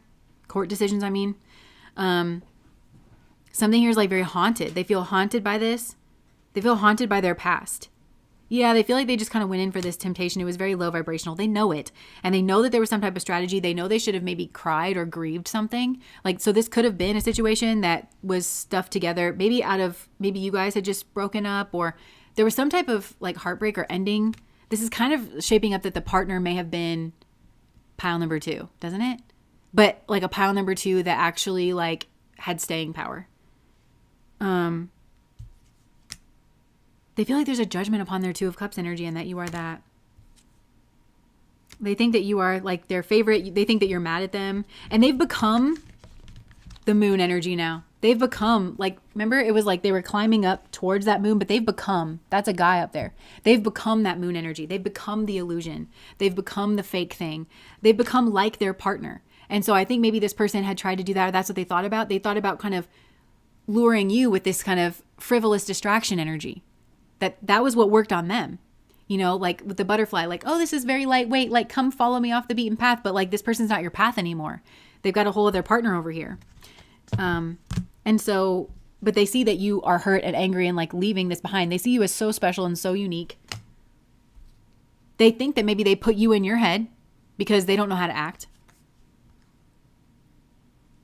This person could have like become a cheat as well. Like this person seems like they had their shit together when you met them. Like when you guys were interacting, it seems like this person was on the up and up. Like they were treading water at the very least. And like, so they could have had a beautiful life, like a real life, a real love. The things that they built in their life were real and sustainable. They could have had that. But instead I feel like this person like became a cheat. Ew. Like, yeah, and then they also is like, I'm a family man. This is like the MAGA to religion pipeline for this person. Where it's like, it's like the Andrew Tates, where it's like everything that they teach is the opposite of like what Jesus would have taught, or Buddha, or like, they teach you about empathy. They teach you, to love thy neighbor as thyself. Like he who is without sin cast the first stone. But this is like, I'm big, strong, tough man. And I think this has to do with the partner and the superficiality of this, because they have no real connection. And so in order for them to kind of, they have to, you know what this is? They have to exalt the material. They have to exalt the superficial, but both of them do. So I imagine their conversations around relationships, it doesn't have to do with, like if these two talk about soul growth, this is the most kind of superficial chintzy relationship that there is. Because they're pretending to have that depth in order to validate their relationship, because it's just not here. So what they do is they exalt family. It's like, well, family does this. Not like, well, what if family abuses you? Or what if like family should function, relationships should function? These relationships don't function. They don't hold water. They don't hold weight. So they just focus on the superficiality and they kind of stroke it like, yeah, we're family. Yeah, we have this. Yeah, we have that. But that's what it's about. It's a we have this, we have that. It's not we are actually in communion, connection, and relationship with each other. That's not what this is. And so he gets an ego hit here, a sense of ego from having these things. And well, I've got to protect this or I've got to protect that. And he might be using that to justify his bad behavior, because I think for some of you, this man is a cheat. And so he doesn't really have a real family. He's dishonored that all the time, possibly with you. And then wants to turn around and say like, but I have a family and I'm holy. I'm this holy family man. How could you be mad at me? And it's like, he's a hypocrite is what he is. And he's greedy. This is not, I'm doing a bad job of explaining this, but it's like, this is somebody who has the titles, the marriage license, the home, the life, but it's all a front for very superficial, greedy, small energy. But they claim the big parts of it. Between the two of them, they just jerk it and massage each other and just like, yeah, we are so big. We have this, we have that. They're not doing any of that, actually. Not really. But they do have a marriage license between the two of them, or they do have a mortgage signed between the two of them. And so they think that they're much more accomplished or worthier in love than they actually are. And they think that they're further along in terms of these intangibles than they actually are, when really this is just about the materialism. That's just what this is. And I think that's going to shock you, because this person was a real person once. This person could have gone a different way with it. And I feel like that was you. I feel like this person, they're struggling around this kind of crossroads moment, but they do sort of realize it, that this was like a betrayal. This person is alien to themselves. They almost don't recognize themselves. But I still feel that they have everything. The checklist that they wanted. I want a house, 2.5 kids in the suburbs. They have the checklist, but they don't have the soul of anything that's real. Yeah. They follow devil energy here. And I think they kind of know it. Like there's a feeling of this, like, and they feel sad. And I think it's kind of overwhelming when they actually feel this way. It's almost like there was a contagion. Like if the partner felt kind of smelly and was like, you need to provide for me, but really they're trying to take from this. Like it's now that's brought them down, and they also feel kind of like smelly. Because this person, yeah, they're feeling very defensive. They might even feel competitive with you. Ew. But this is over these intangibles. Like people who are truly happy in their relationship, it's like this person is like, oh, my life is, it's like, it's hard to explain, because it's like, again, I feel like you have your own version of happiness over here, but this person wants to compete with like levels of happiness. You know, it's like, so say if you have your own partnership and your own family and your own relationship and stuff, this person's like, well, mine's better than yours. And it's like, if yours is fulfilling to you and mine is fulfilling to me, like I'm happy for you, like be happy for me. But they're not happy is the thing, like, because it's just about the materialism. I'm feeling sweaty as this person is saying that, because they're kind of realizing in the moment, like they're not happy. And why do they have to do that? It's like this person thinks about the way that it looks from the outside, their life. And that brings them a certain level of satisfaction. It is not a certain level of satisfaction that would satisfy somebody like me. And I think somebody like you, somebody with actual depth, somebody that wants to feel a genuine connection, that wants to actually, that feels that wants to have a real connection with somebody and to build a family and a community based on real connection, even if you had to do that living in a shack or something. Like this person doesn't have that. So they look at what they built from the outside and they kind of stand back and they're like, yeah, and that brings them a certain level of satisfaction. This is not the person that you remember. Because I think you thought this person was wish fulfillment in the past, and I think that they were. I think they could have been. If they had like leaned into their like heart energy. But I think that this has been like taken down. That ship has been like taken down. And this is kind of what they're on the verge of sort of maybe possibly thinking about. Because this person's like frozen. They're frozen. They feel alone. Even in this situation, they feel alone. And I think it is triggering to see you be happy. Don't worry, be happy. But so I'm seeing like a sphere where like the two of you are supposed to kind of like, feels like go on a journey. This person got lured off. And I feel like you were always giving of your beautiful heart energy. So I think this person always thought that you were okay.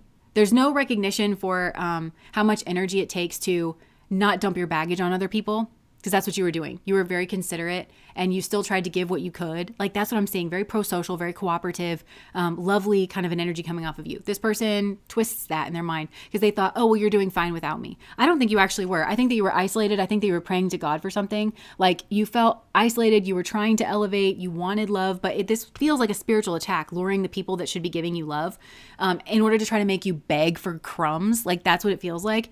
So I think that you existed in this little bubble. I'm kind of picturing like Glinda the Good Witch, even though, she has her own, I'm not getting that energy. I'm getting like the bubble. So you were kind of like floating in your bubble in this person's space. Then, like I'm saying, you crossed over out of this person's remit. That triggered this person to be like, what the fuck am I doing?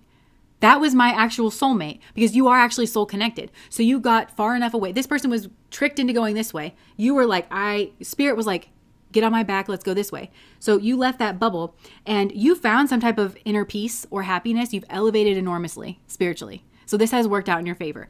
You have some type of happy new beginning, whatever that is. And it might be a new relationship, or it just could be like happiness in yourself or something here like that. And that's when all of this, like, this person has to start. Now they have to start processing their fakeness, the fake life that they built. And they have to start getting to why they built it and why they're so, why something that is so thin, shallow, and superficial could have lasted this long. Why? Especially in the face of the real deal. And I think that's what is like, this person kind of should be on their knees crying, like praying to God with like ugly snot crying. And that's how you'll know this person's really gotten it. They get it to a certain extent. They kind of know that they're with somebody who's not for them and who should be somewhere else. And they know that, but they have to kind of process the emotions behind it. And that's what they haven't really done. And it could be that this person tried to come back in a dishonorable way towards you. And that's because this person is not the person that you remember. They're just not. They were at a crossroads in their energy where like this person was kind of the real deal when you met them. There was potential there. Like they actually could have grown something genuinely loving, but that's gone the other way. So this person, I think, has become like their partner. They've become an illusion, because that's what their whole life is, projecting this illusion. They both derive a certain amount of pleasure from that, and they seek no more. They seek no more. And so in that way, maybe there is like a matching between them. I just feel like this person's really fallen in their energy. I feel like they have something on a material level, though, that makes them feel like they're more successful. This is a successful careerist. There's a period at the end of that sentence. This is not a successful person. They're not a successful human being. They are a successful careerist. And that's all they want out of life. And that makes them feel like they're successful in other arenas that they're not. It makes them feel like they're more desirable in other arenas that they're not, because they haven't actually like worked on that side of themselves. And as a matter of fact, like they kind of put this, that's what they put this person on a pedestal, is because this person, because there was so little between them that it was just this distraction energy that was seen as like, oh, it's easier. So it must be that this is my soulmate. Instead of I actually have to be in a relationship with anybody. The effort to be in actual communion or connection or relationship with anybody, this person thought that was a negative. They put that in the con list. And they put the fact that this person is just a vapor distraction on the pro list. That's where you're at with this person. Like, so there's a lot here for them to kind of go through. And they think about that, but I don't know how far like your person is, because we've just gone like the whole gamut. We've gone as deep as they could kind of go if they're actually like processing through this. But at the very least, I think that they understand that you're the real deal and that the life that they've built is like two-dimensional. I'm seeing like those old Western sets where it's like just kind of the fronts of like the buildings and stuff, but it just like fall over. That's the kind of thing that they've built for themselves. They're a whole life full of it. And they're ready to kind of see. I feel like this person's ready to kind of see more. They're ready to process this. This is their facade. The 10 of Pentacles and like, I'm so strong. And I do think that they've been a successful careerist, but I think that they haven't seen a lot. They have a lot left to learn here. So when they think of you, they know that you're the real deal. They also know that you've gotten away from them. They know that you're loving. They know that they could have an equal relationship with you. They know that you're an actual partner. This partner just, I think, takes and complains that they don't have enough. I don't think the partner gives a lot, and I don't think they think it's their job to give. And I think whatever version of relationships they talk about between the two of them, whatever they kind of agreed upon, is wrong. I think it is incorrect. I think it's a functioning dysfunction, perhaps, but I think the part where it functions, which is like, look at us kind of energy, from the group around them, I think it's kind of failing. I think there's a lot of people around that they're like, may this kind of love never find me, kind of look at these two and they're like, actually, I used to think that they had everything, but now it's like, may this kind of love never find me. I think that might be turning around these people, but he's certainly feeling empty and alone and trapped because the one benefit that he gets is being looked at like he is successful, but he knows he's a successful careerist and not a successful human being. And that is reflected in his choice of partner and the relationships that are around him. He knows that, but he doesn't want to have to admit it and own up to it because it's like, that's the one perk. And he was willing to forsake it all for that one perk for people to be envious or for people to think that he had it all going on. So it's like he has to turn in that one fake perk in order to like get back in alignment with the truth and to admit that he's been very far off of his own path. May pile 1 eventually find me. The list probably actually exists. Maybe it does. Yeah.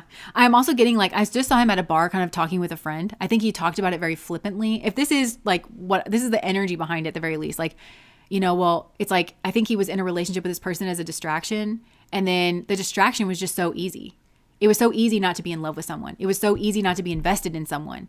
And from his perspective, he thought this person was very invested in him. But I think they knew what they wanted. They wanted money, and I think they wanted something that looked traditional so that they could. This is very much it's either keeping up with the friends because the friends were maybe starting to have families, and this person both of these people didn't want to be seen as not doing that too, because to them that means that they're lacking or they're further behind, and they didn't want to be seen as that. Or it's kind of stunting for their friends. Oh, look at us, we have this, but they don't have anything. So, but I think it was talking to a friend, well, this is already going. It has its own momentum. It's easy. And the reason it's easy is because it's fake. And for him, having a relationship is hard because it requires investment. It requires caring about another person. It means somebody's going to have an opinion about what you do, but because there's no love here kind of on either side, it feels very hollow. The partner doesn't really care what they do so long as they have an image. And I think that was mutual. And this was the kind of level that they could exist on.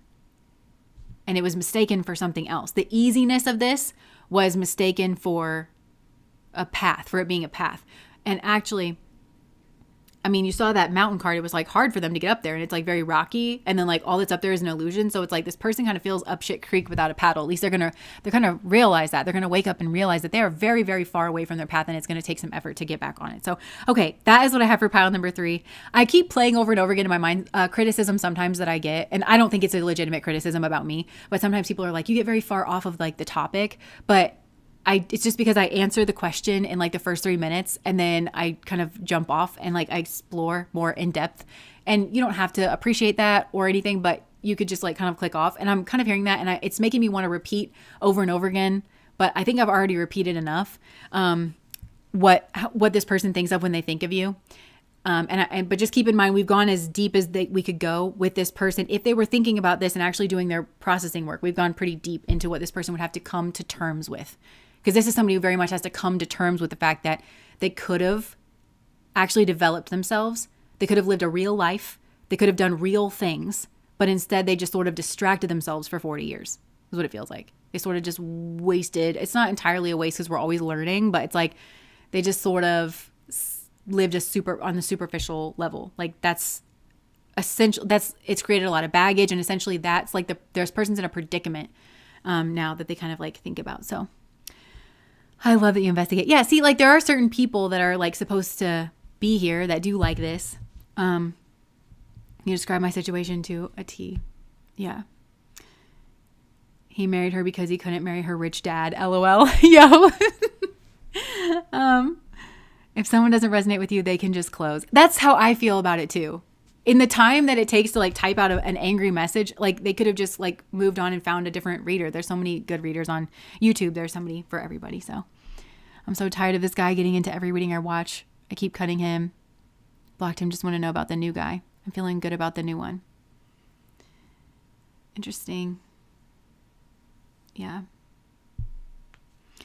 Oh, the time change. I live in America where we have daylight savings time. Yeah.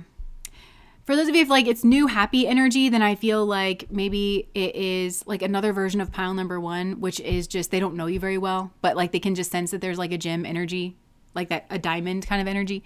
And that there's that maybe you've been through stuff, but that stuff has like made you stronger, and so they don't really know you, and they're trying to get to know you, kind of thing. Okay, so let us do general messages. Should I do a fourth pile or no? Well, we'll just see what comes out here. We'll just see what comes out. This was our past, but it's very helpful.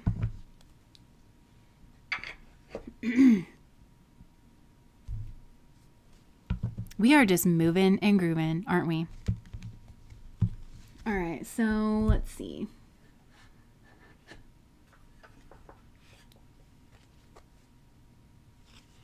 All right, Spirit. Well, compassion.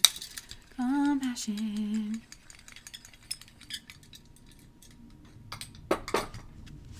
All right, so Spirit, what wants to come through here? Doesn't have to do with the reading. What wants to come through here? The general messages.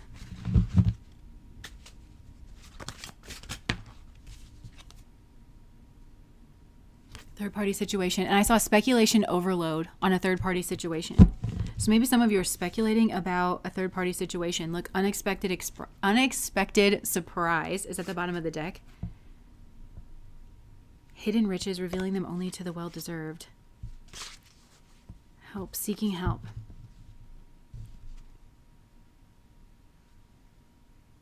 Unseen moments of joy.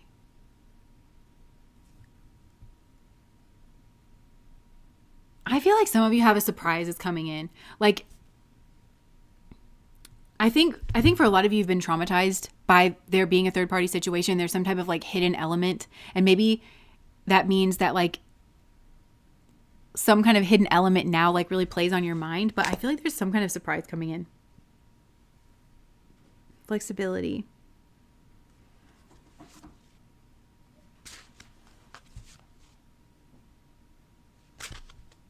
Okay. Well, I am getting that like whoever put you in this third party situation is feeling it now. We have fatal blow at the bottom. And it says doctrine of mutually assured destruction. Look, speculation. Chasing quick gains and ignoring long-term stability. So if somebody put you in this third party situation, for some, this might be a continuation of pile number 3, but I'm just going with it. That person is like crying because they're thinking about you having it all with somebody else. Because this person got into a relationship with a karmic where there's this doctrine of mutually assured destruction. It cannot go any other way. They got involved with a karmic. That's a karmic for a reason. The karma between the two of them, the whole like, this isn't right. How do we learn from this? It's going to destroy both of their like egos, something here, because they were chasing quick gains and they were ignoring long-term stability. And they were overestimating potential returns and they were underestimating the risks involved with getting involved with this person. So I feel like that is kind of like what's going on here. If you've been on the receiving end of somebody having put you in this third party situation that was like very chintzy and like they were chasing after some gains and, you know, whatever, then I feel like there's a surprise that's coming in for you, but you might be traumatized because there's been a surprise in your relationships in the past where there's something that you can't quite see or pick up on. And then it ended up being like, surprise, it's a third party situation. And like, surprise, he's a total D-bag. Like, you know, it's, maybe you have some wealth coming in. Oh, wow. So maybe you have some wealth. I feel like there's an irony to this. I feel like there's an irony here because I feel like your person went after chasing some type of like short-term gains through that speculation energy. I don't think it's going to go the way that they planned. But I think maybe for some of you, you get this like sudden wealth energy that's like coming in here. Look, yeah, this person was like focusing on material wealth and neglecting true happiness. Unending desire for more and satisfaction is elusive. Look, this says, I became inspired by your presence, your energy, and your beauty. Without you, I am missing my tools to create a life beyond materialism. Isn't that what I just described? Yet, in my pursuit of material success, I left little room for our connection to grow. So I think this person's feeling very emotional. Like, and I was kind of getting that more and more that this person is actually processing this, because I think at first they were just processing it on a material level of this, like, I understand that I went down the wrong path. I understand this was all very superficial. I thought that I was going to get more out of this than I did. And they understand that they left their real love, like their divine love, on the back burner. And also, I just want to point out, this is a very scary, very dangerous world where bad things happen. So they just kind of left you to fend for yourself. And I just personally don't think stuff like that should be overlooked. And I have been unpacking my own traditionalism, but I feel like men should protect their women. And you'll just never convince me otherwise. So ew times to the fourth power. Like just ew, like to this. Ew. Look, social mask. So I want to know more about this surprise that's coming in. I just keep getting that this person's like wearing a social mask and they're actually crying, and like, I don't care. Like, I just don't care. And I feel like you don't care either. But okay, so what is this like sudden wealth card that's coming in for you?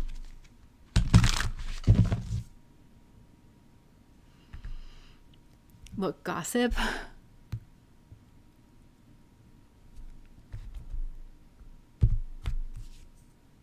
Abandonment. Savings.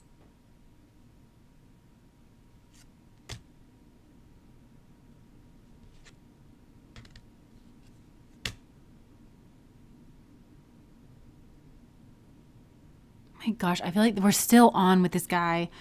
I'm about to cut this off and then just get a different deck, but I'll tell you what came out in case some of you are wondering, because a lot of people do wonder this stuff. That's why it comes out, right? So, I feel like it could be that the twin flame, like the partner, which I feel like is you, because they were abandoned, they were like saving a lot, like saving, because they didn't feel like they had anybody to rely on. And it's actually going to pay off. Like you're going to build wealth that way or something here. It also could be that maybe like somebody pulls out of a contract, or there is some type of weird gossip, like bordering on defamation. And maybe some of you get like a settlement in your favor.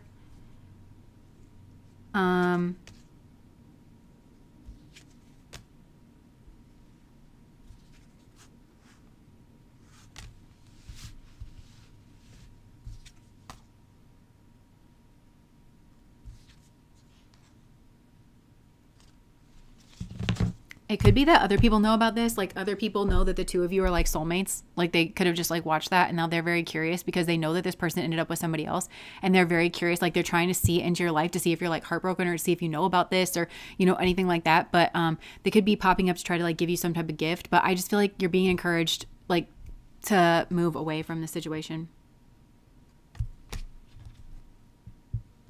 Oh, look, gossip. Oh, okay. Maybe something has like gotten back to this person. Oh, I get it. That might be part of the karma, that you're doing well or something.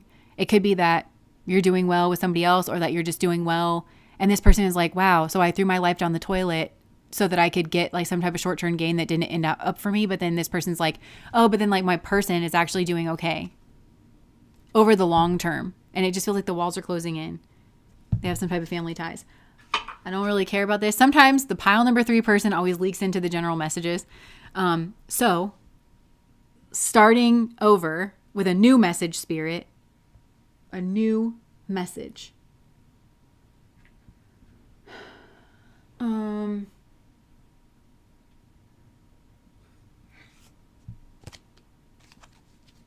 Is there anything else that wants to come through not related to pile number 3 or any of these other piles?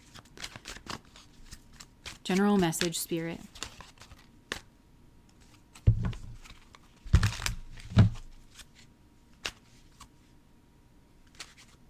Okay, I feel like Spirit is working with you to find some type of partner. It does feel like there's a reunion energy, but I don't feel like it's from this lifetime. I feel like this is somebody that you know from a past life, and there's some type of like plan here, and Spirit is giving you some type of messages, and I'm hearing pay attention to your emotions. That's also why they've been asking you to grieve so much, is like to process this, because, you know, when we hold on to things, then our emotions are constantly trying to process that. And so it could have confused you, but they're trying to communicate through your emotions. And they want you to know that when you feel a pull towards this person, like they want you to know what that feels like and that you can trust it. They're working with you. Look, they're giving you I feel like they're giving you a new person. Ace of Cups, new love, 2 of Cups. And there's some type of like healing energy. It could be that you and this person have something to heal from past lives. Yeah, this person's ready to take responsibility. This is not somebody that you know in this lifetime, is what I'm getting. But you don't see this person and you don't know about this. I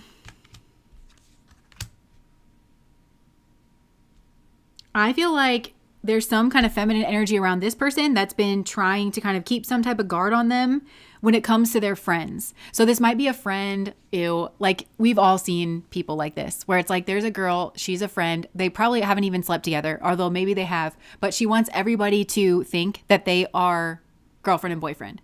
But she's like kind of stuck to him. She inserts herself into his business. She manufactures a type of intimacy that is not natural and then makes that her entire personality and her entire identity. And it could be with this masculine in particular, or it could be with multiple different masculines. It's very cool girl kind of image, like, but she's trying to give the image that like all these I'm hearing like all these hot guys, like they just want to be my friend. Like they just all want to be around me. It's like, I don't go seeking it out, but she does. And then like she manufactures this, like, I don't know, she tries to make it seem kind of natural or something. So there's something to do with this person and this karmic that has to do with what is being healed in this situation. Because maybe this person got between you guys in the past. And it also could be that something about the situation and this person who's coming back into your life to actually take responsibility and overcome this, this will heal your heart from what you've dealt with in this lifetime. I feel like it'll be good for you to watch a man or a woman, whoever you date, like to watch a partner stand up to this kind of energy and actually see it for what it is and create like this kind of beautiful life and possibly like move away from this person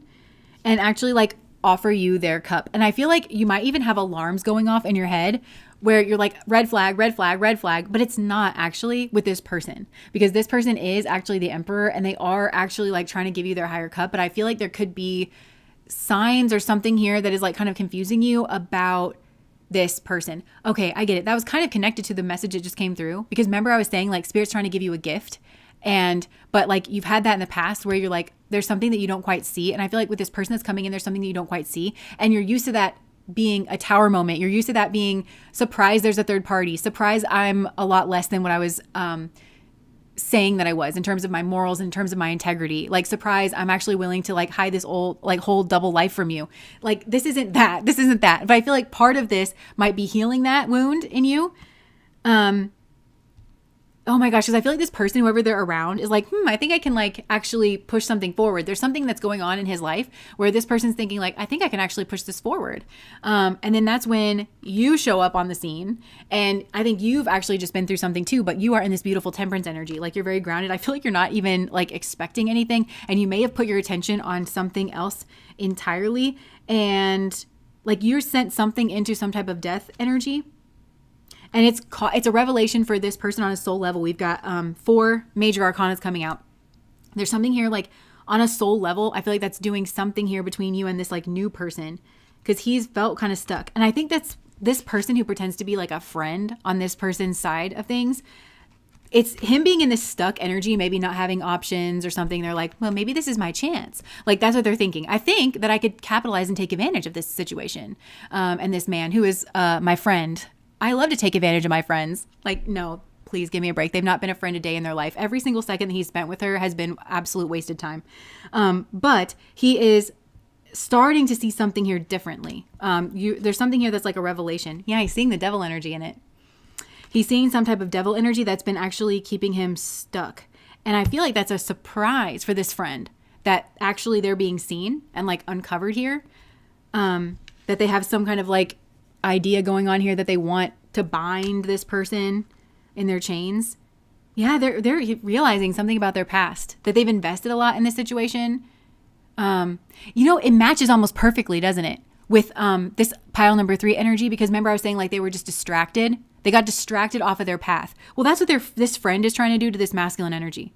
They're trying to distract them away from their heart, from healing, or from actually spending a lot of time alone. Because I'm just getting that maybe he went through a breakup, and he's like, well, maybe I just want to be single for a while. And this person's like, so that means there's not going to be any other competitors, is what I'm hearing, vying for your time. So what he means and what he needs on a soul level is to spend time alone in hermit mode, like maybe meditating or like dealing with his emotions. Well, this friend is going to make good and sure that this guy can't do that. They want to book all of his time. They want to try to do the same thing that the pile number 3 person was doing. So that's not going to happen here. It's not. Because he's an emperor. And look, he's like, what? Like, he's an emperor. He got tipped upside down for a second in time. But all the blood rushed to his head, the right one. And now his head is on. And he's like, actually, I think you're strange. Actually, I think that you are a weird person. Actually, I think the kind of people that I want to spend time with aren't the kind of people who like stalk me and try to stick to me like glue, and maybe other attractive men that are around because they're trying to manufacture a kind of image. Because she's trying to give this impression that it's like all these guys seek me out, when actually she sought every single one of them out, and none of them would give her the time of day or invest in her at all if it was like left to their own devices. No, they're not interested in her, but she's trying to, it's like giving cool girl kind of thing. And so he's going to go independent. And I think somehow this has an effect on his money. Like he's also going to go independent in terms of his money. He's going to take a risk. He's going to take some type of leap of faith. And it could even be just like leaving this friend group behind. And, all of a sudden he's in touch with his intuition, and maybe he senses that you're coming. He senses that there's like a soulmate coming in, or he just knows that you're like a soulmate here, and that he wants to take this kind of like leap of faith. And there's some kind of truth here. Maybe he knows that you're telling the truth, or that you represent the truth. This feels like an energy that has not been around him.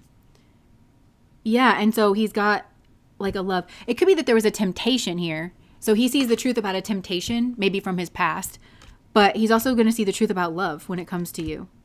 Yeah. It's going to have him get in his mind, but this feels like beforehand. This feels like he meets you, and it's like he's kind of thinking about you, and he's kind of thinking about like, I think that's who I should be with. I just feel a strong pull to this person. And then he's got this weird friend, and maybe even somebody from his past that he kind of thinks about. And he's going to realize that that is all false and like a waste of time. This friend, I don't like this energy. I just don't. It's giving like loser. It's giving pathetic. It's giving desperate. That's what it's giving. It's giving desperate. It's giving, please pay attention to me. Please, if you're not going to be my friend, then I have no identity or personality. Nobody will think that I'm cool on my own. I'm desperate to be around you all the time. I'm desperate for somebody to think that I mean something to you. And it's sad, but it's also weird. Like this is giving weird vibes. It's also giving territorial. So I feel like they really like you. They feel like, maybe this is pile number 4. I'm not entirely sure. Take this however it resonates. But like this person sees you as like their person. Moon in Taurus is an elevated energy, and it is stable. Like this is very stable. So I think this person finds you to be very stable. And I kind of think that maybe this friend that's around, they can only like get this person's attention by always it's giving covert narc. It's giving like, there's always a sob story. Rescue me, rescue me.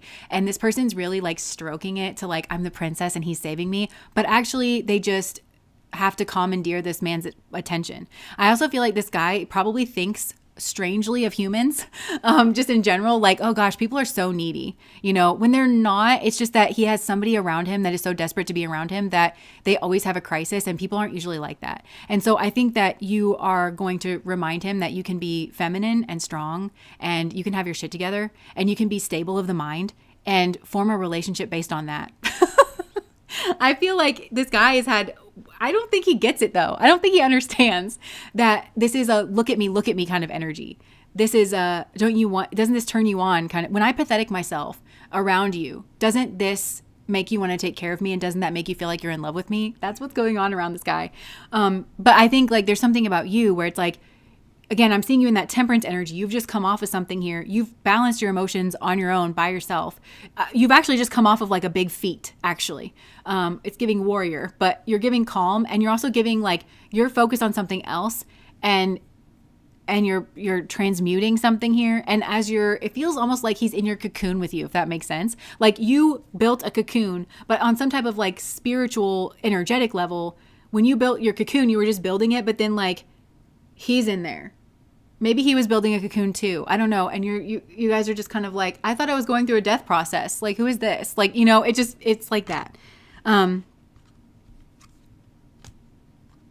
Because I think, look, you're in your Queen of Pentacles energy. I don't know if for some of you this was like a divorce or a big breakup, but I feel like it's like you have something stable in your life, and you do feel stable in yourself, but I feel like your self-esteem was a bit knocked. And also she's got this like crumpled dress on. So maybe like, I don't know, there's something about like your appearance where you're like, I wish I could, it's like you're doing fine and you're like stable, but you're like, I wish I could invest a little bit more in this. I feel like you don't feel attractive. You don't feel like anybody's like really looking at you, but actually like you are in this hermit energy. And actually some of you might be meditating, and you might be feeling really strong in that actually. Like where you feel you're most attractive and your shiniest is like when you're alone, kind of talking to God sort of thing. Like that's where you feel like, yeah, like I'm cool.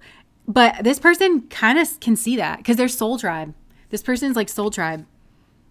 That's like a beacon to them. Like it's your innards that are your innards. That sounds really attractive.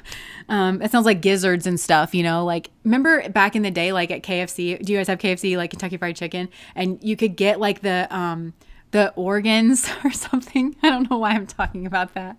I think I know why, because, you know, organ meat is supposedly like rich in nutrients, like very juicy, like very good for you. But like people are kind of like, ugh. So I feel like there's something here where you're like, you're taught to like want the thigh and like the breast, you know, but it's like, this is somebody who understands like, actually like organs aren't gross. They're like very nutrient dense kind of a thing. I don't know if this is a weird example. This person may have like a weird way of explaining things where you're like, we got there in the end. Like, I understand what you're saying, but like, okay, gizzards, like innards. And somehow this is like you expressing your love for me, but this is kind of funny. Like, this is sort of funny. I feel like this person, they might be very smart, or maybe they're a butcher. Maybe they butcher their own meat, or like, they're very sciencey or something. I feel like this person just has like some type of weird knowledge or like weird way of relating to the world. And it's going to make sense to you, but it's also going to be funny. But like he's not trying to be funny.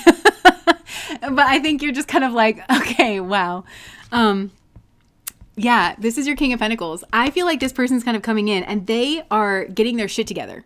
Somehow this person, I feel like they were just kind of floating around in a no man's land. They were just kind of like letting whatever stick to them. I genuinely think that. They were letting whoever and whatever stick to them. And this person's going to be like, the fuck am I doing? And also, you're weird. Please get away from me. Like, that's what's going to go on here. And this person is going to kind of step into their own. And I think it has to do with like stepping into their own independence. This person may have like a realization that like, no, I just heard ain't nobody going to build it but me. So like, I think they were thinking maybe something here, like there was a community that was like going to be there for them or something. But I think this person started realizing that they were just letting whoever or whatever hang out. They were just letting whoever or whatever put all their energy all over them, be near. I think there's even a closeness to the body where it's like, you shouldn't be touching me like that. When you touch people's bodies, there's like an energy transference, and there's somebody here touching this person's body that really shouldn't be. And it feels like it's this friend. And it feels like they're trying to force intimacy here. This feels grapey, and it feels not what it appears to be. Like, it's pretending to be a friend, but it actually very much wants to like entrap your person. They're going to wake up to that. And because I think this person can say no. I think they can also set a standard around them. And I think they are perfectly capable of telling this person that they don't meet that standard, and that also they're not a safe person to have around people that they love and care about. This kind of low vibrational energy of trying to, because it's like this person's not interested. And I think it's clear. But this person, this friend doesn't care. They're going to capitalize on every opportunity. They're going to kind of they're trying to slowly push this person where they want them. And it's gone on for a long time, I think. And this person is more than capable of saying, what a nasty thing to do. That's not a safe person to be around me, but also I don't want you around my friends. You know, I think this person's capable of that. Yeah, they're moving out of some type of maybe partying, drinking energy. They're moving out of some type. This person's rising up. They're closing out a cycle, and they're thinking a lot about like their empress. I feel like there's somebody here from their past too, that they were kind of, it was like, they've gotten a message, and you might be the message, you know, where spirit is like, you wanted an empress? Okay, here's what an empress is. So like sniff this and then sniff that. Sniff this and then sniff that, right? Like this is an empress. So learn your karmic lesson, kind of close this out. Yeah, okay. So whoever this empress is from their past, this is a fake empress. This person kind of thought things were on pause there, and that there was some type of block, and that this was like their person. But this empress is a gold digger, and they're gold digging on some masculine here. And they're like putting together some type of like, they're trying to put together a marriage here. But they're juggling your person. That's why they feel like it's on pause. Because if they can't pull the wool over this person's eyes and rush something together, then they're going to come back to this person. And they're going to come back crying. Your person needs some boundaries. This person may not have had sisters or girlfriends growing up. Because I think this person feels like if a woman is crying, it must be real and authentic, and that's soft energy, and it needs to be met. Like, this person doesn't have their thinking cap on. Like, whenever I think whenever a woman is emoting around this person, because I'm just getting 2 people now around this person that have emoted from a place of manipulation, and this person didn't catch it at all. And not only that, but they invested in these people long term, and they really shouldn't have. So I feel like there's your revelation when it comes to that. And I think it has to do with, like, this person views you as being very emotionally stable and kind of being, again, that moon and Taurus energy, being very emotionally stable and being very, like, you handle your own emotions. And I just don't think this guy realizes that this is the way that women have tried to trap him and tried to get him into a relationship. And I think it's worked. Like, because this friend didn't get told to fuck off. Like, friend, because they didn't get told to fuck off. They didn't get, like, looked at like this. Like, why you always be crying? What was that?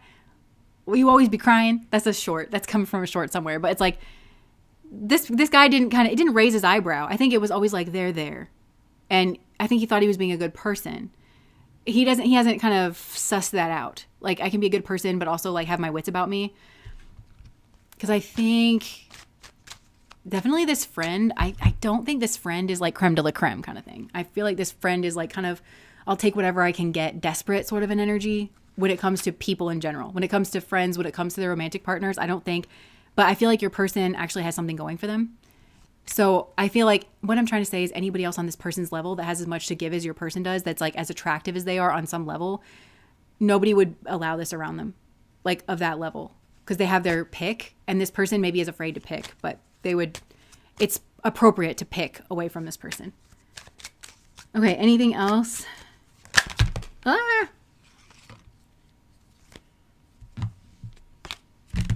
Yeah, I feel like this person's gonna blow through a ton of karma. Like, to get to you almost. Like, it's almost like this person learns quick. Like, you are a revelation. The way that you are, they just get it.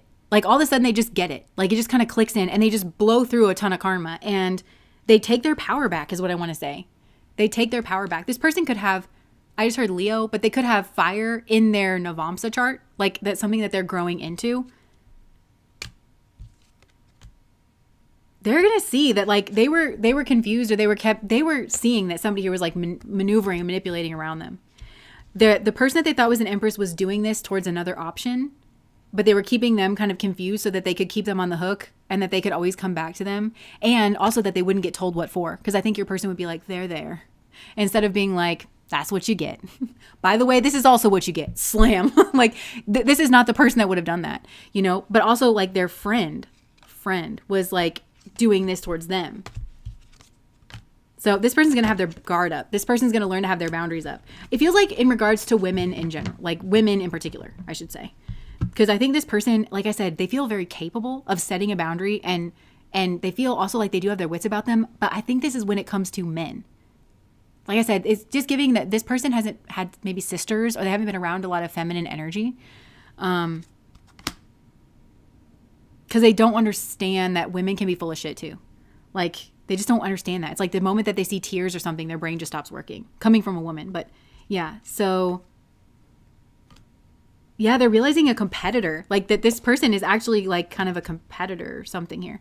And this is a karmic very much. Like, in their, I feel like they have 2 karmics in their 5th house, which is their romance and their legacy. So one is an actual partner that pretends to be an empress. The other is a friend that wants to be their empress, but both are karmics, and they are a huge blockage. Just energetically having these people around her in their energy field, huge blockage to their 5th house. But you're getting called in here now. So something here is like shifted. It could be that you're something of a revelation to this person. Like, just the way that you are, because I feel like you're not needy and you're not seeking out this person dripping with emotion or something like that. You're not needy, you know? And just sort of, I'm hearing that, like the neediness and the manipulation. I feel like this person is going to go back through and they're going to realize women, when they wanted something from them and when they wanted to be in control, and I think this is like wanted to be in charge of when they left and when they came back around, that there was always a sob story. It was like, my cat died, or, you know, and it's weird that they would be seeking him out. They're using that as a kind of glue. I think that's going to like click in for this person, and they're going to recognize like the tears as manipulation. There's something about that for this person, and they're going to have like their guard up here. And they're going to see that, like, yeah, you're their victory, but you might not even recognize it, kind of a thing. That you're their empress, and they're going to flick this snake off is what they're going to do. So anything else that wants to come through here with this person? They're going to be alone for a while, maybe. Good. This person, I think, actually thrives in Virgo energy. They might be a Virgo. They might have that energy strong. Like, this person is helpful. They like to be of service. They're detail oriented. They're probably clean. This is a person who would like do a good job of detailing their car, you know, or like do a good job of detailing their body or something, like to clean, like they get the little like picks out and like clean under like every like little nook and cranny. Like, this person is like, they thrive in that kind of energy. That's where they feel very helpful. That's also why they get manipulated in this way. It's very rescuer, victim, persecutor. This person gets drawn in thinking that they can be a rescuer. And I think this is the way that Disney fucked them up, because they thought that, oh, there is a subconscious tape running for this person too. But yeah, so that's kind of going on here. But I feel like this person is going to get away from these people.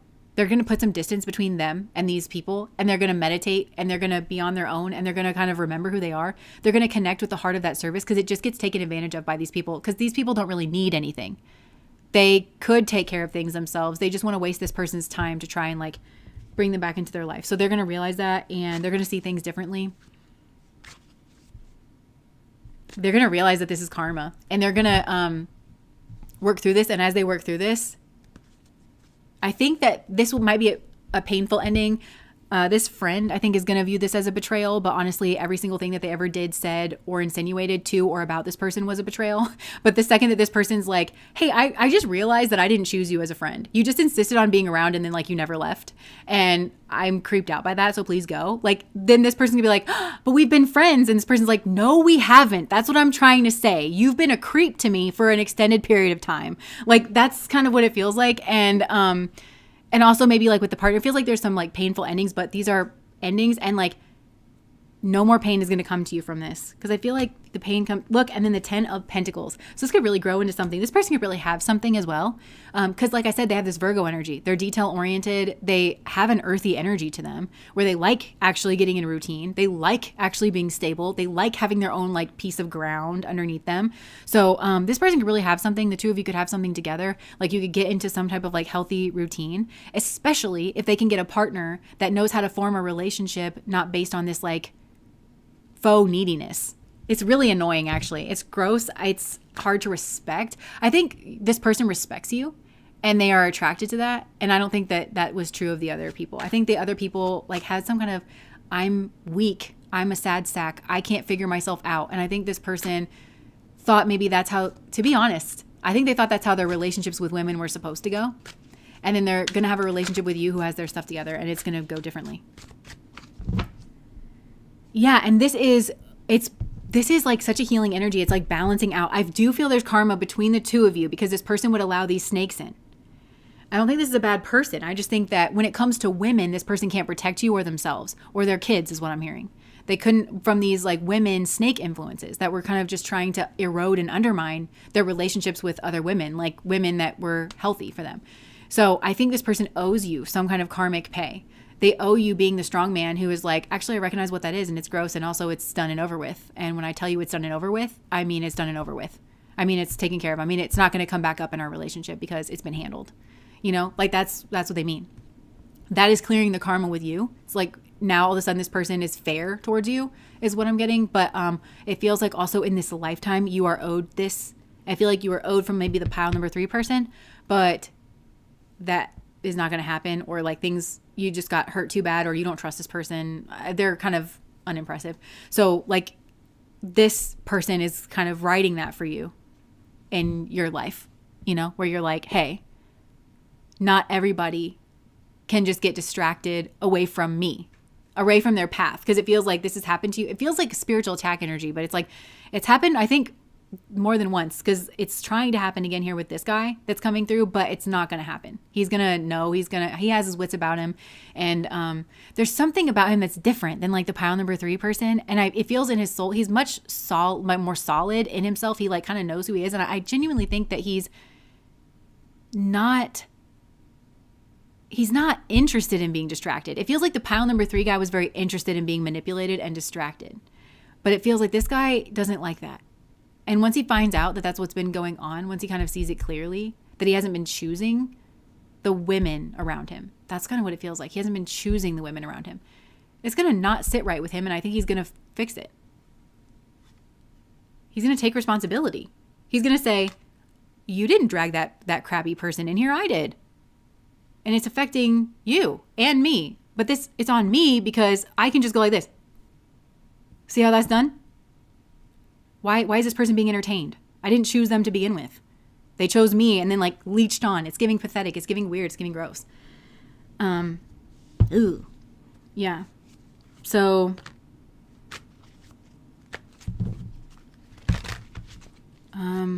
women ain't all weak. Yeah. Like,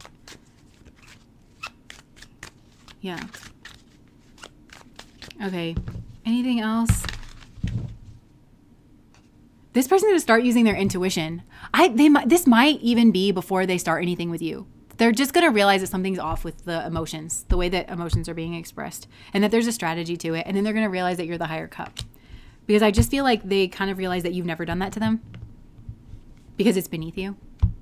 And like you find it gross and you don't, I think you are a woman or like you're more femme. I don't know, like take this however it resonates, but I feel like you choose the kind of women that are around you and you would never choose to have that person around you. And I think it's a revelation. Because I think to this guy, I don't think he means to be misogynistic in this way, but I think it's like all women are women. Well, women are emotional. Women are more weak. So we have to kind of tolerate it. To see a woman that he respects and actually likes say, I would never have that woman around me. Like, it's kind of like, oh, well, I just thought, she's sad. Aren't we supposed to feel bad for her? I think she needs a hug and a cuddle. She's like, she wasn't trying to cuddle me. She doesn't need a hug and a cuddle. She needs a wake-up call. Like, she needs to be held accountable. Like, she needs to go to, like, a dialectical behavioral therapy class and learn some practical skills. That's what she needs. And you are not helping her by not reflecting that. That's what she needs. Women are discerning about women don't just hang out with every single woman that comes around them. We're more discerning. And I think maybe as a woman, you can read the women better. And you're like, I literally would never have that person around me, my family, my kids, my other friends. Nothing about them is impressive or enriching of my life in any way. They're a leech and they want something from you. And they're undermining. They're not upfront. They're not direct about who they are and what they want. Because they're trying to maneuver you into a sexual relationship that they can turn into something. They want to, it feels like a squid, like an octopus or something that they just want to and feed them into their mouth. Kind of like their underneath kind of mouth. That's what it feels like. So no. Do I like being around that energy when it comes in the form of a man or a woman? No. No. And I think that's going to be an obstacle for you wanting to hang out with him if she's always around. So, yeah. He actually is extra feminist. He hates misogyny so much that he becomes prey for that kind of woman. Exactly. That's kind of the energy that I'm getting, yeah. Emotional strategies and emotional games without boundaries is so red flags, especially that undermine personal sovereignty. Yeah, and that's kind of what I'm getting. Because he's trying to be like open. He is trying to be open and hold space for people to be what they are. He's trying so hard not to judge people that he's not making basic judgment calls. Like this is, come on, give it up. You're playing a game. Like he's not able to just kind of do that, and he shouldn't do it out loud because he's around these very manipulative women who are going to say like, how dare you? I was having a real emotion, but they weren't. They just know that there's no way of proving that. So they can just say, I'm distressed. Like, and they're not, they are the distress. And it just seems to me like unless you are a woman yourself, or even then, like this person's going to always play the victim. It's giving very covert narc.